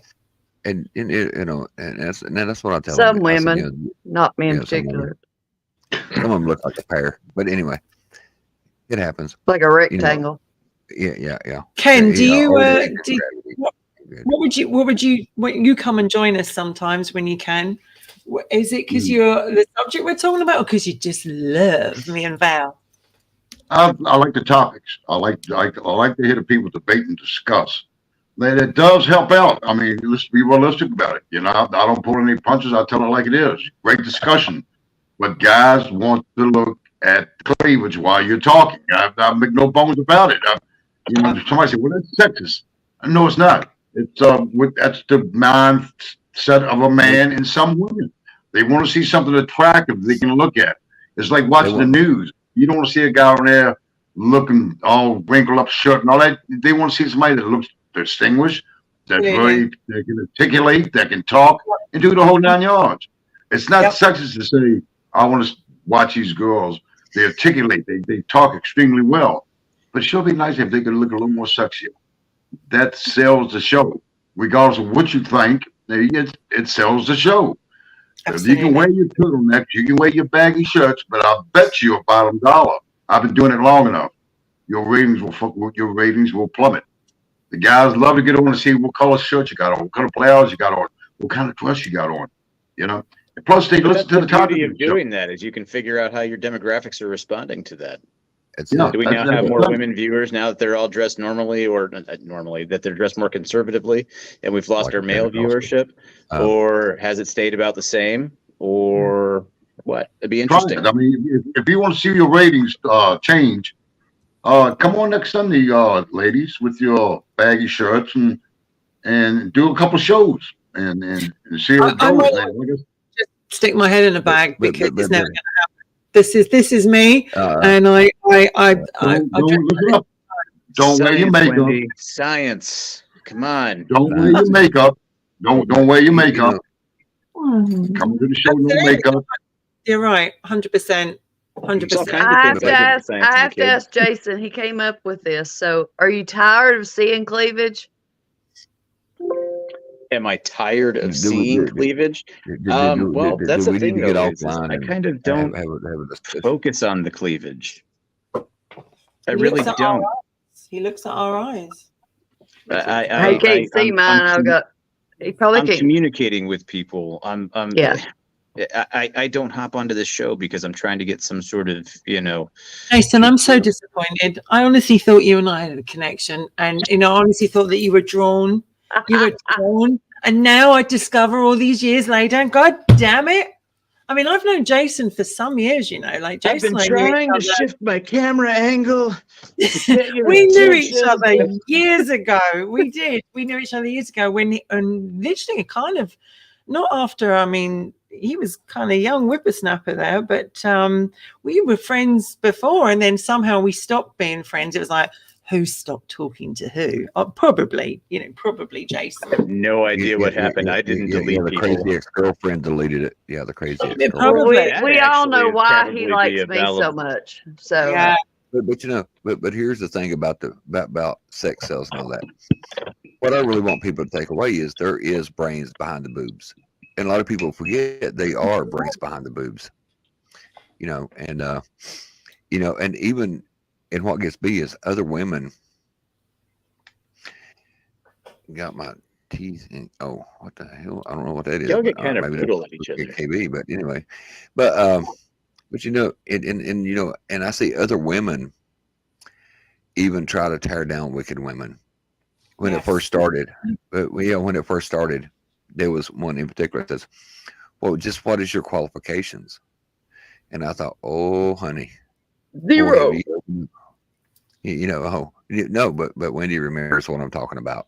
But there are people that did ask us, what qualifications have you got to go out there and talk to people? And I said, well, we all come from different walks of life. And the reason we come from all different walks of life is that everybody who's watching it can relate to one of us, being at home mom, having the career, being a professional, whatever, they can all relate to us. And also being from America, from Canada, and from the UK, we might all be related by, not that far a thread, but we are very, very different cultures. And I think that when Canada comes on, there is yet again there is a different dynamic, definitely much, because Val is very, she's from Virginia, she's got the drawl, she's she's very much what you call it. The drawl. And you can hear that I'm from London, and I'm a London girl, and then Kay comes in, and she comes in from Calgary, and then when Sabrina has joined us, she's from New Mexico. So we try and make it different, but some women did want to tear us down, and I think whether it was a case of who are these women, can they actually put a show together and make it work? And I think we're on series show 19 now, and we did have a really rough start because we were sick, there was deaths, there was illness, there was operations. We had a really, really bad run, and then people like Field Guy, I'm going to mention his name, like Field Guy, who actually said, well, if the weather's changed, Wicked Women won't be on. And I just thought, thanks very much for that, Field Guy. If the what? If the weather's raining, they won't come on. Yeah. He's like, Or he's as afraid he's going to get their feet wet. he was being a dick about it. So Yeah. I don't even Oh, I don't yeah. even understand that. like if the weather changed, we wouldn't be on here. Any excuse to not come on. And the thing is, Yeah. what people don't realize, and Ken will know this with the shows he's done, when you do a show, it's preparation, the promo, you're putting it together, Val and I talk a lot behind the scenes. What do you think about this topic? And we'll go through it like Scotty and I do. We'll go through the topic before we even do the show. So we've already got it ready in our mind, but there's still things that come up and go, oh God, we didn't expect that, and Val is a different dynamic to me. And because I'm the one that's controlling it all back here, as in who comes on, because I've got the screen up, I sometimes I feel like I have to be like the ring the You bell. all heard it from her. She's in control. Yeah, I'm in control. But Val would be as well. Like if I There's wasn't nothing wrong here, with your TV set. We control the vertical. We control the horizontal. listen, if I can't do it, like Hey, if I'm Ryder. Val will come on and do it, and Michael will control it behind the scenes. That's what will happen, and she'll do it. And now we're getting into our stride with it. So, but I think we did have a bad press, and I think some women still.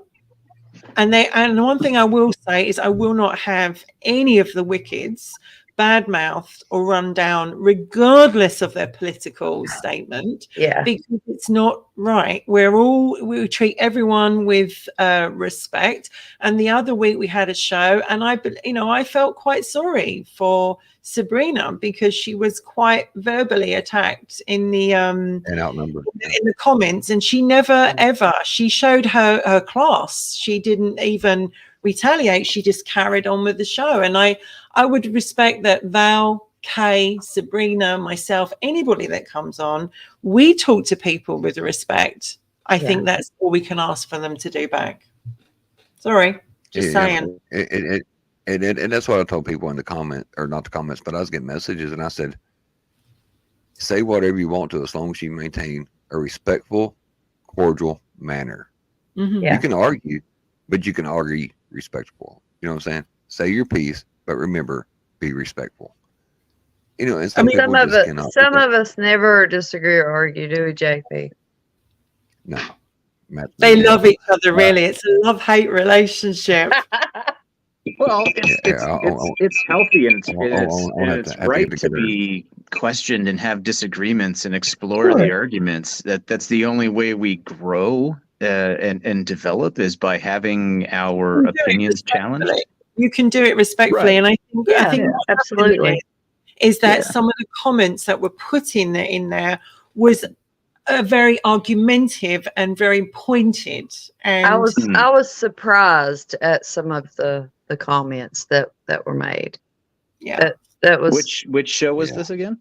This would be I believe the first one Sabrina was in, right? Powerful Women. No, here's the second one. No, was it? It was the Powerful Woman one. Yeah, it was the one that's called Powerful Women. Yeah. Oh, okay. And like I said, and if you so have it was not with somebody not last week, but the week before. And the thing is, we cannot. If they bring up a powerful woman they like on one side, you bring up a powerful woman on your side you like. Yeah. And you compare what attributes and what and what whatever they have donated to society or whatever. And that's what I'm saying. A lot of times people talk about patriarchy, and I grew up in what's the one you call it, matriarchy, because my grandmother was the powerful woman. She run 8 boys and a farm, and all the grandsons. And she did not give a shit. She would smack you down and walk through you. But the other thing is, Jason's right. If you don't have someone different on as well, you don't learn and you don't grow. And that's why we love Sabrina, because Sabrina is not cut from the same cloth.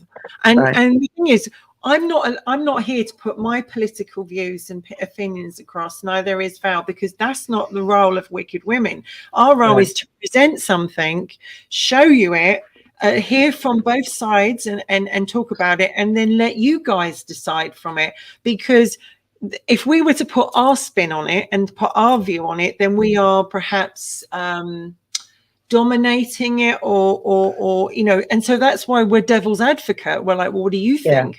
We'll go from there. And I think she was unfairly attacked, and it's like, she was, and she rose above it, and she was very classy. And that's what you want. You want a professional who's classy, but at the same time, if you're going to have an argument, there's only so many lines before it becomes name calling. And I think if it had gone on, if she had responded to it, I think there may have been some name calling. And this was all going on in the chat, in the comment section. In the chat because section. when I come on, I'm typically on my phone. I'm typally not sitting at my desktop, and so I can't see the stuff on YouTube. And then if I go to the chat section on while I'm on the phone, it blocks the entire screen, and I can't see what's going on. So I just don't look at the comments unless somebody clicks on one to drag it up to the footer of the screen. Yeah, see, I can't see them here. I have to. I'm like, I guess maybe I'm kind of like Joe Rogan about it with this stuff, where he's like, yeah, you sort of just put it out there and ignore the comments. Don't even look at it. Don't even go back and look at it. Don't even. Yeah. a lot of times, Ken's right when he says, it's in the can, and once it's in the can, it's done. But at the same time, YouTube is also watching us, and listening to us. And if we, like Big Brother, we step over line too much with something, we don't want to lose what we've just. Right. But what I will tell you is that we do have. I think we can tell them, Val, can't we? We do have a web page, a domain, wickedwomen888.com. There was a site isn't up yet, but it will be up in the next couple of weeks. And you'll be able to see all about the Wickeds and all the good stuff that we've got planned, because Val and I have plans. Oh, yeah, it's a whole brand. And, and me and Wendy has talked about the Wicked brand as a brand, not only Wicked Women, but branching the Wicked brand out to other things, merch and everything. And then, I think there's a lot of good things to come into play for the whole Wicked crew. You know what I'm saying? Mm-hmm.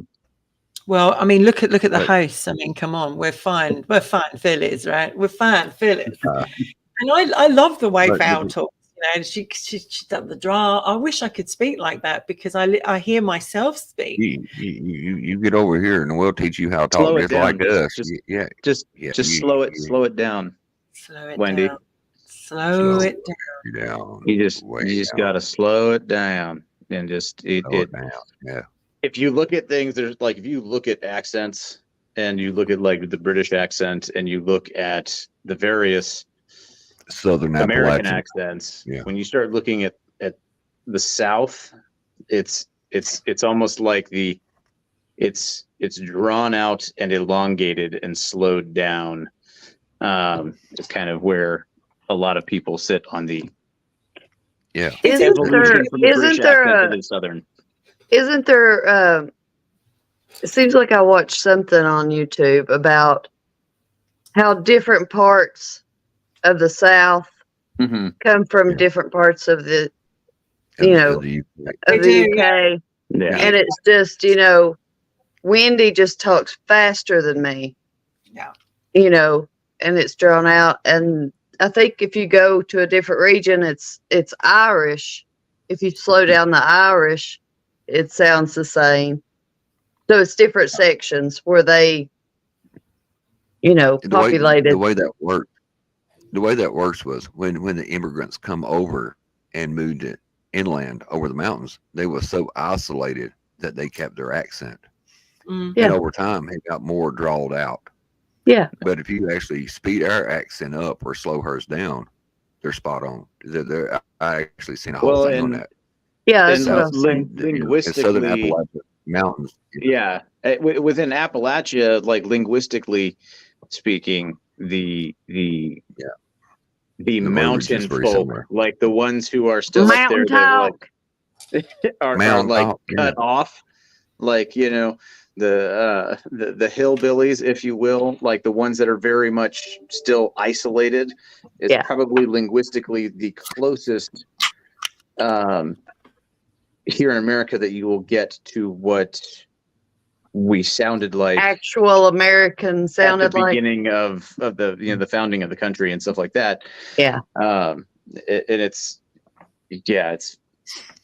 Everyone would have been amazed to have come from Britain over to America in those days on those ships. First of all, it would have been a bloody awful crossing, and there would have been a lot of people that didn't make it, and they would have been sick as dogs. But to come over and see America, and it's wild and it's naked and raw, and to obviously see the native Indians as well, to meet them. I remember the first time I saw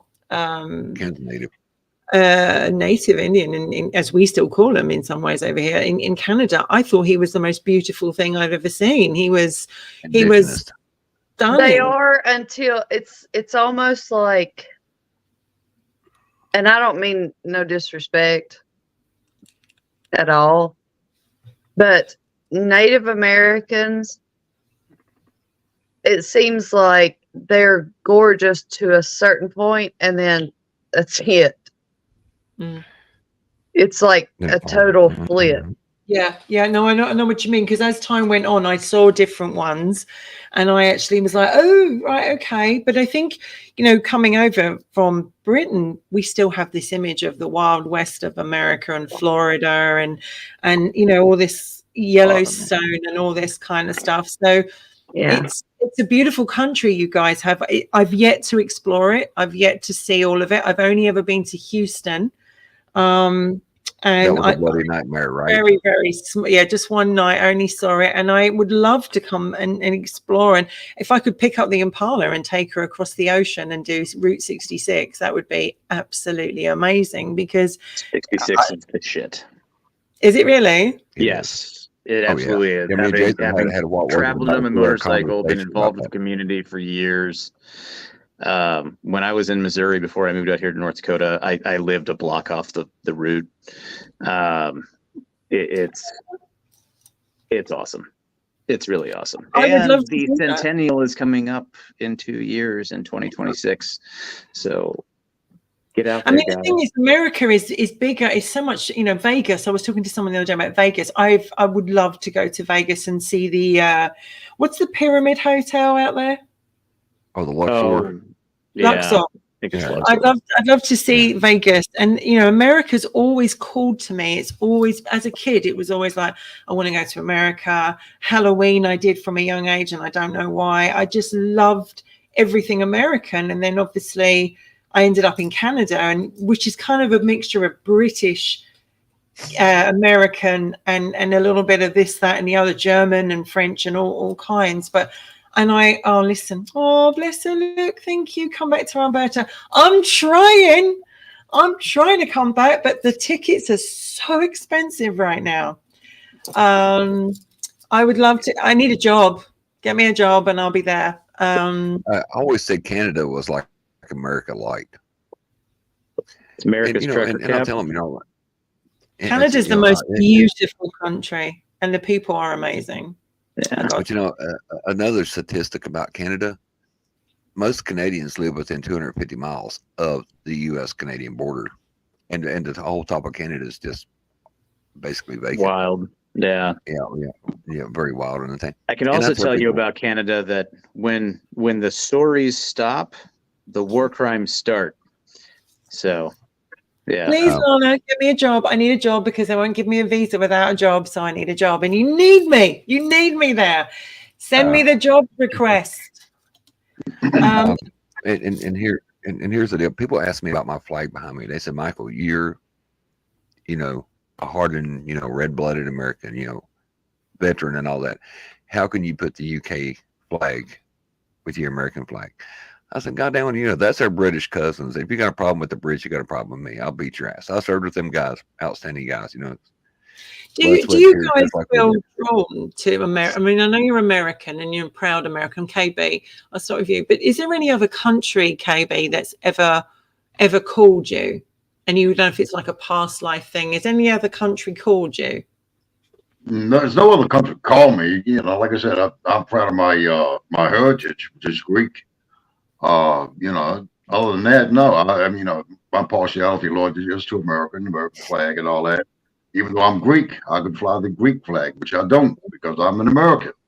And that's the bottom line. I respect the British flag, the Greek flag, or whatever flag you got. I respect that. I strictly will fly the American flag regardless of my heritage because I am an American. And people know that I respect other people's nationalities. But I'm not going to sit here and try to shine and win some credit points because hey, look, that guy, he's flying a Greek flag. He's a good guy. No, I'm not trying to get any points from people like that. I'm an American. The flag that I would fly behind me would be American. Nothing against the British, nothing against the Greeks, nothing against the Turks. If I was to happen to be a favorite country or anything like that, no, my favorite country is America. I respect other countries, but if I'm gonna fly a flag in my home, it's gonna be the American flag. Would you, the whole Greek side of you though? Have you ever explored that, Ken? The Greek side. No, I haven't explored. Like I said, I got relatives up in Greece. I've never met. Of course, they're over there. I'm over here. It goes back to who you are and what your beliefs are. I have no problem with Mike with his American flag and his British flag. And, that's Mike. Like I said, he enjoys that. Fly it. But me being a Southern born Greek guy, which I'm not I'm Greek only by ancestry. I'm not a Greek American. I'm an American. Yeah. I'm a Southern guy. I don't fly my flag on the wall. I don't need to fly it. I love the flag. But I'm not going to crisscross it with my flag with any other flag. Period.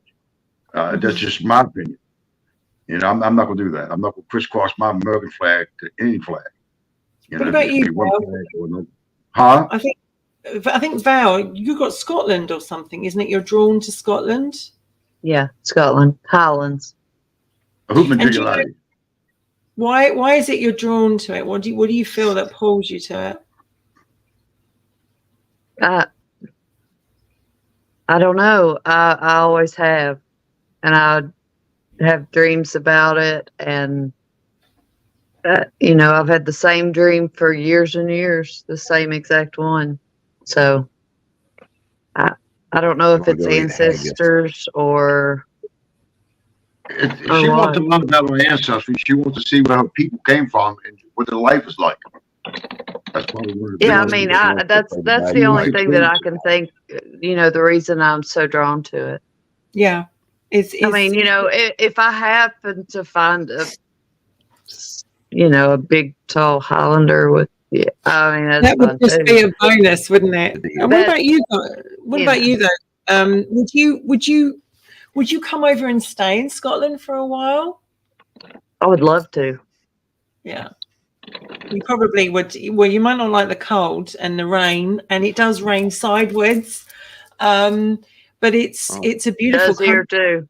It's a beautiful. We had that the other night, didn't we, Val? We had a lot of sideways rain the other night. And I know, Michael, I think it's Britain you're drawn to, isn't it? Yeah, like I said, and the more I've done my ancestry stuff, I actually had ancestries that came over on the Mayflower. We've been here since day one, and I thought Ken would be said that he'd be drawn to the CSA. I wish we, and I tell people with all this, he's talking about the crisscross line. I do it because of Wendy. That shows my love and support for her in the UK because she is a big part of my life. Same way with the British guys that I've always, them guys sweat and bled just like us. And, but the UK has always been a special spot in my heart ever since I set, boots on the ground there. It was like I had came home and have a lot of German heritage also. And when we landed in Baumholder, it's like, either past life or ancestry stuff. And, but whole Europe, has such an old history. And it gets tangled up. Yeah. Like the first night that I met Wendy on Valerie's show, we was talking about the dark history of the UK, how dark and bloody like the Tower of London was. They were still executing spies there, like in 1945. If you don't go spy on the crown, we got something for you. And and like I said, I've always been drawn to the UK for some reason. It's weird, isn't it? You get a calling, and you just feel like I'm drawn to there. And now, obviously, mine. Now I went to Canada. I always wanted to go to it, but now it's like my second home. And if you ask me to pick a country, which one I would be in, I'm a proud Brit, but I'd probably say Canada 100%. Although I'm not keen on certain rulers there, that's for sure. What about you, Jason? Were you drawn to another country?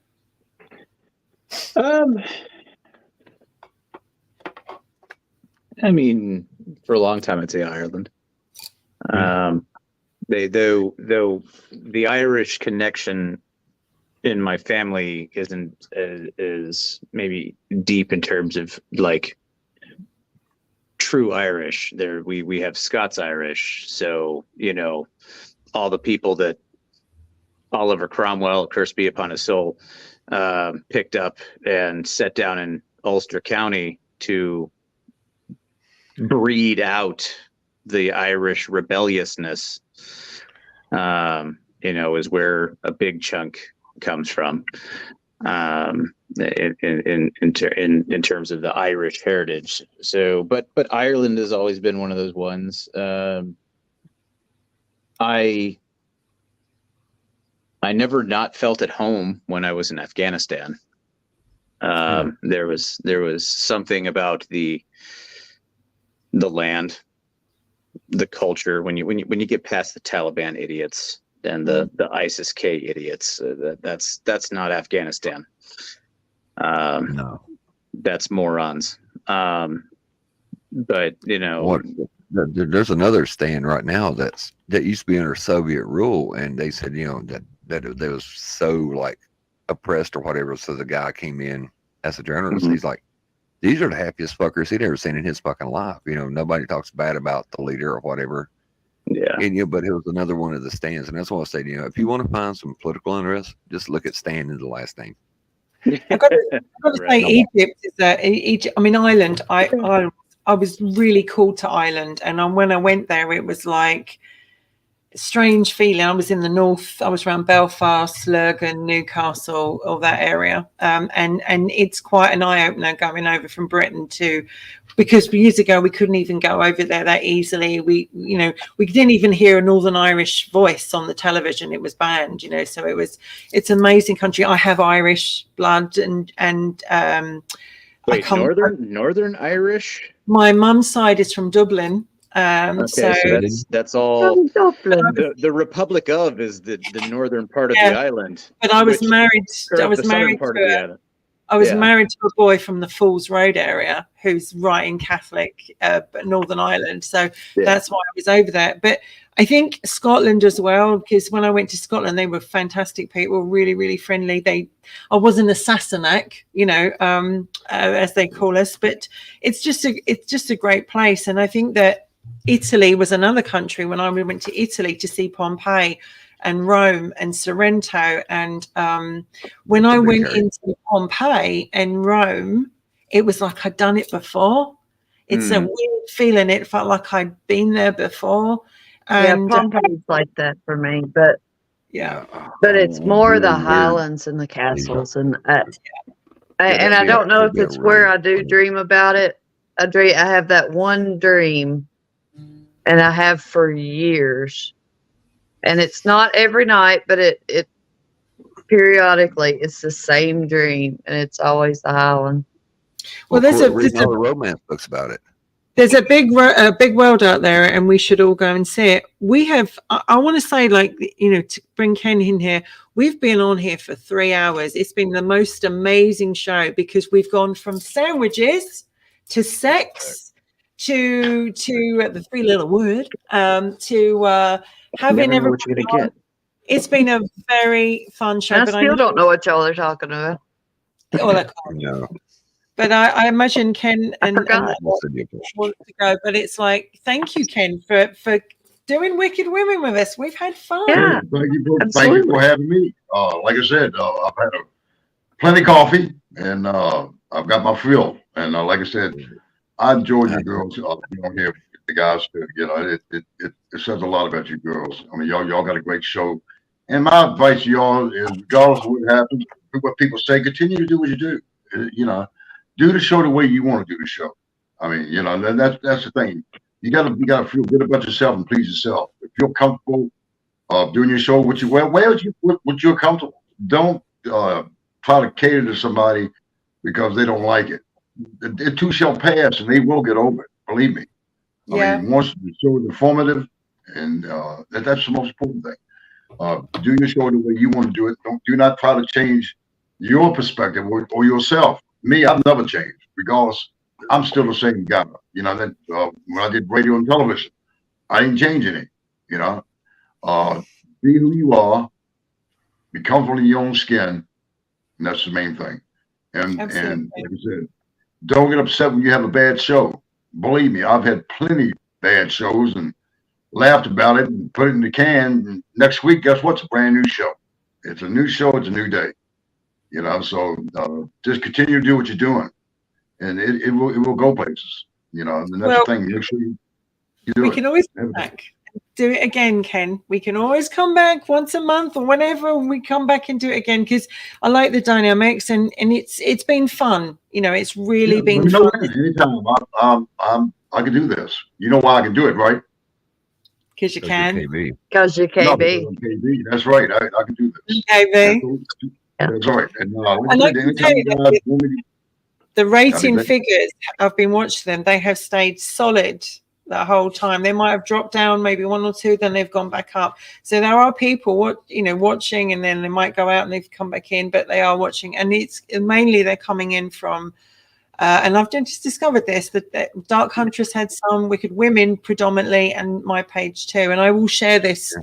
I'll share this when we finish to Ken's page as well, so people there can watch his show. And you should watch Ken's show. It's a brilliant show every weekday at 9 o'clock, which is 2 o'clock in the afternoon here. He's very funny. He's also very John Blunt, forthright. A spade's a spade, and you know where you are with the man. And Terry, his friend and sidekick, who comes on, who sadly disappeared after the sandwich talk. It's a good show, and I often watch it because I'm doing something here or I'm getting ready, and I'll have it on in the background, and I'll be like, "Here goes KB. He's getting a spoon out, and he's getting we know, and we all know this, and you heard it from me. Yeah. The devil's a liar. The devil's a liar. I mean, but hey, but like she says, you know, we'll talk about anything in morning coffee. We didn't do it today. You know, we talk about politics. We'll talk about the paranormal. We'll talk about that 3-letter word sex. And believe me, if I know nothing about it, you guys are not the only one that can fake it. And like Wendy, it doesn't matter what you guys talk about, as long as you don't threaten, kill, dismember, or harm anybody. You have that right to speak what's on your mind. You do not have to be politically correct. That's the thing about it. And like I said, I'm so sure say the same thing. Any of you guys, girls sitting around the house have nothing to do, join us for morning coffee. Yeah. I might even talk to you. Maybe. Well, as you're talking, Ken, as you were saying that, I just looked at our ratings, and more people are joining. And that's the thing, we could stay on here all day, because I think the talk is so eclectic, bit of this, bit of that. And it's a good dynamic that people, look what's going on. And especially this time in the UK, because people are like finishing their day and they're come to watch something, where when we go out at 10 o'clock on a Sunday, not many people, they're going to bed and stuff in the UK, so they watch it the next day. And we did toy with the idea, but the problem is it is the time difference with all of us. That's the problem. So when we do this late one, I'm literally not even going to bed, because I'm literally sleeping on and off, and then I would be coming on early morning, you know, not on the show. Yeah. But no, thank you, Ken. It's been a great pleasure, and I look forward to tomorrow's feedback on the KB show, because you know it's coming. You know it is. I got something for you guys tomorrow. He's going to get his word out. And please come and join Val and myself on Sunday on Wicked Women. We will be here at 10 o'clock in the UK. And Val, you do the other times? 5 o'clock East. Michael, would you like to do it? Go ahead. No, I'm just helping out. Go ahead. Remember, you're close. No, it's 5 o'clock Eastern, 4 o'clock Central, 2 o'clock. 3 o'clock Mountain. And Val will be on Facebook Live tonight. Valerie Raz. I'll be on it. Miss Legends and the Paranormal at 7 o'clock. Yeah. We'll just be like today. I mean, it's something for people to do that don't have a hot date on Valentine's. I keep saying to Val, you should use the Wicked Women platform to do your show, because she could have more of you on. And one of these days she will, because she's got a really interesting show. It's very relaxed, very easygoing. Everyone chats away. And although it's midnight my time, I will pop on and just say hello before I go to sleep. So listen, everyone, thank you so much for coming on. Have a great afternoon, great evening. I'll just bring up the music here. And take care of yourself. Take care of yourself. I can tell I need a cup of tea, and each other. And I will see you all soon. Bye, guys. Bye, guys.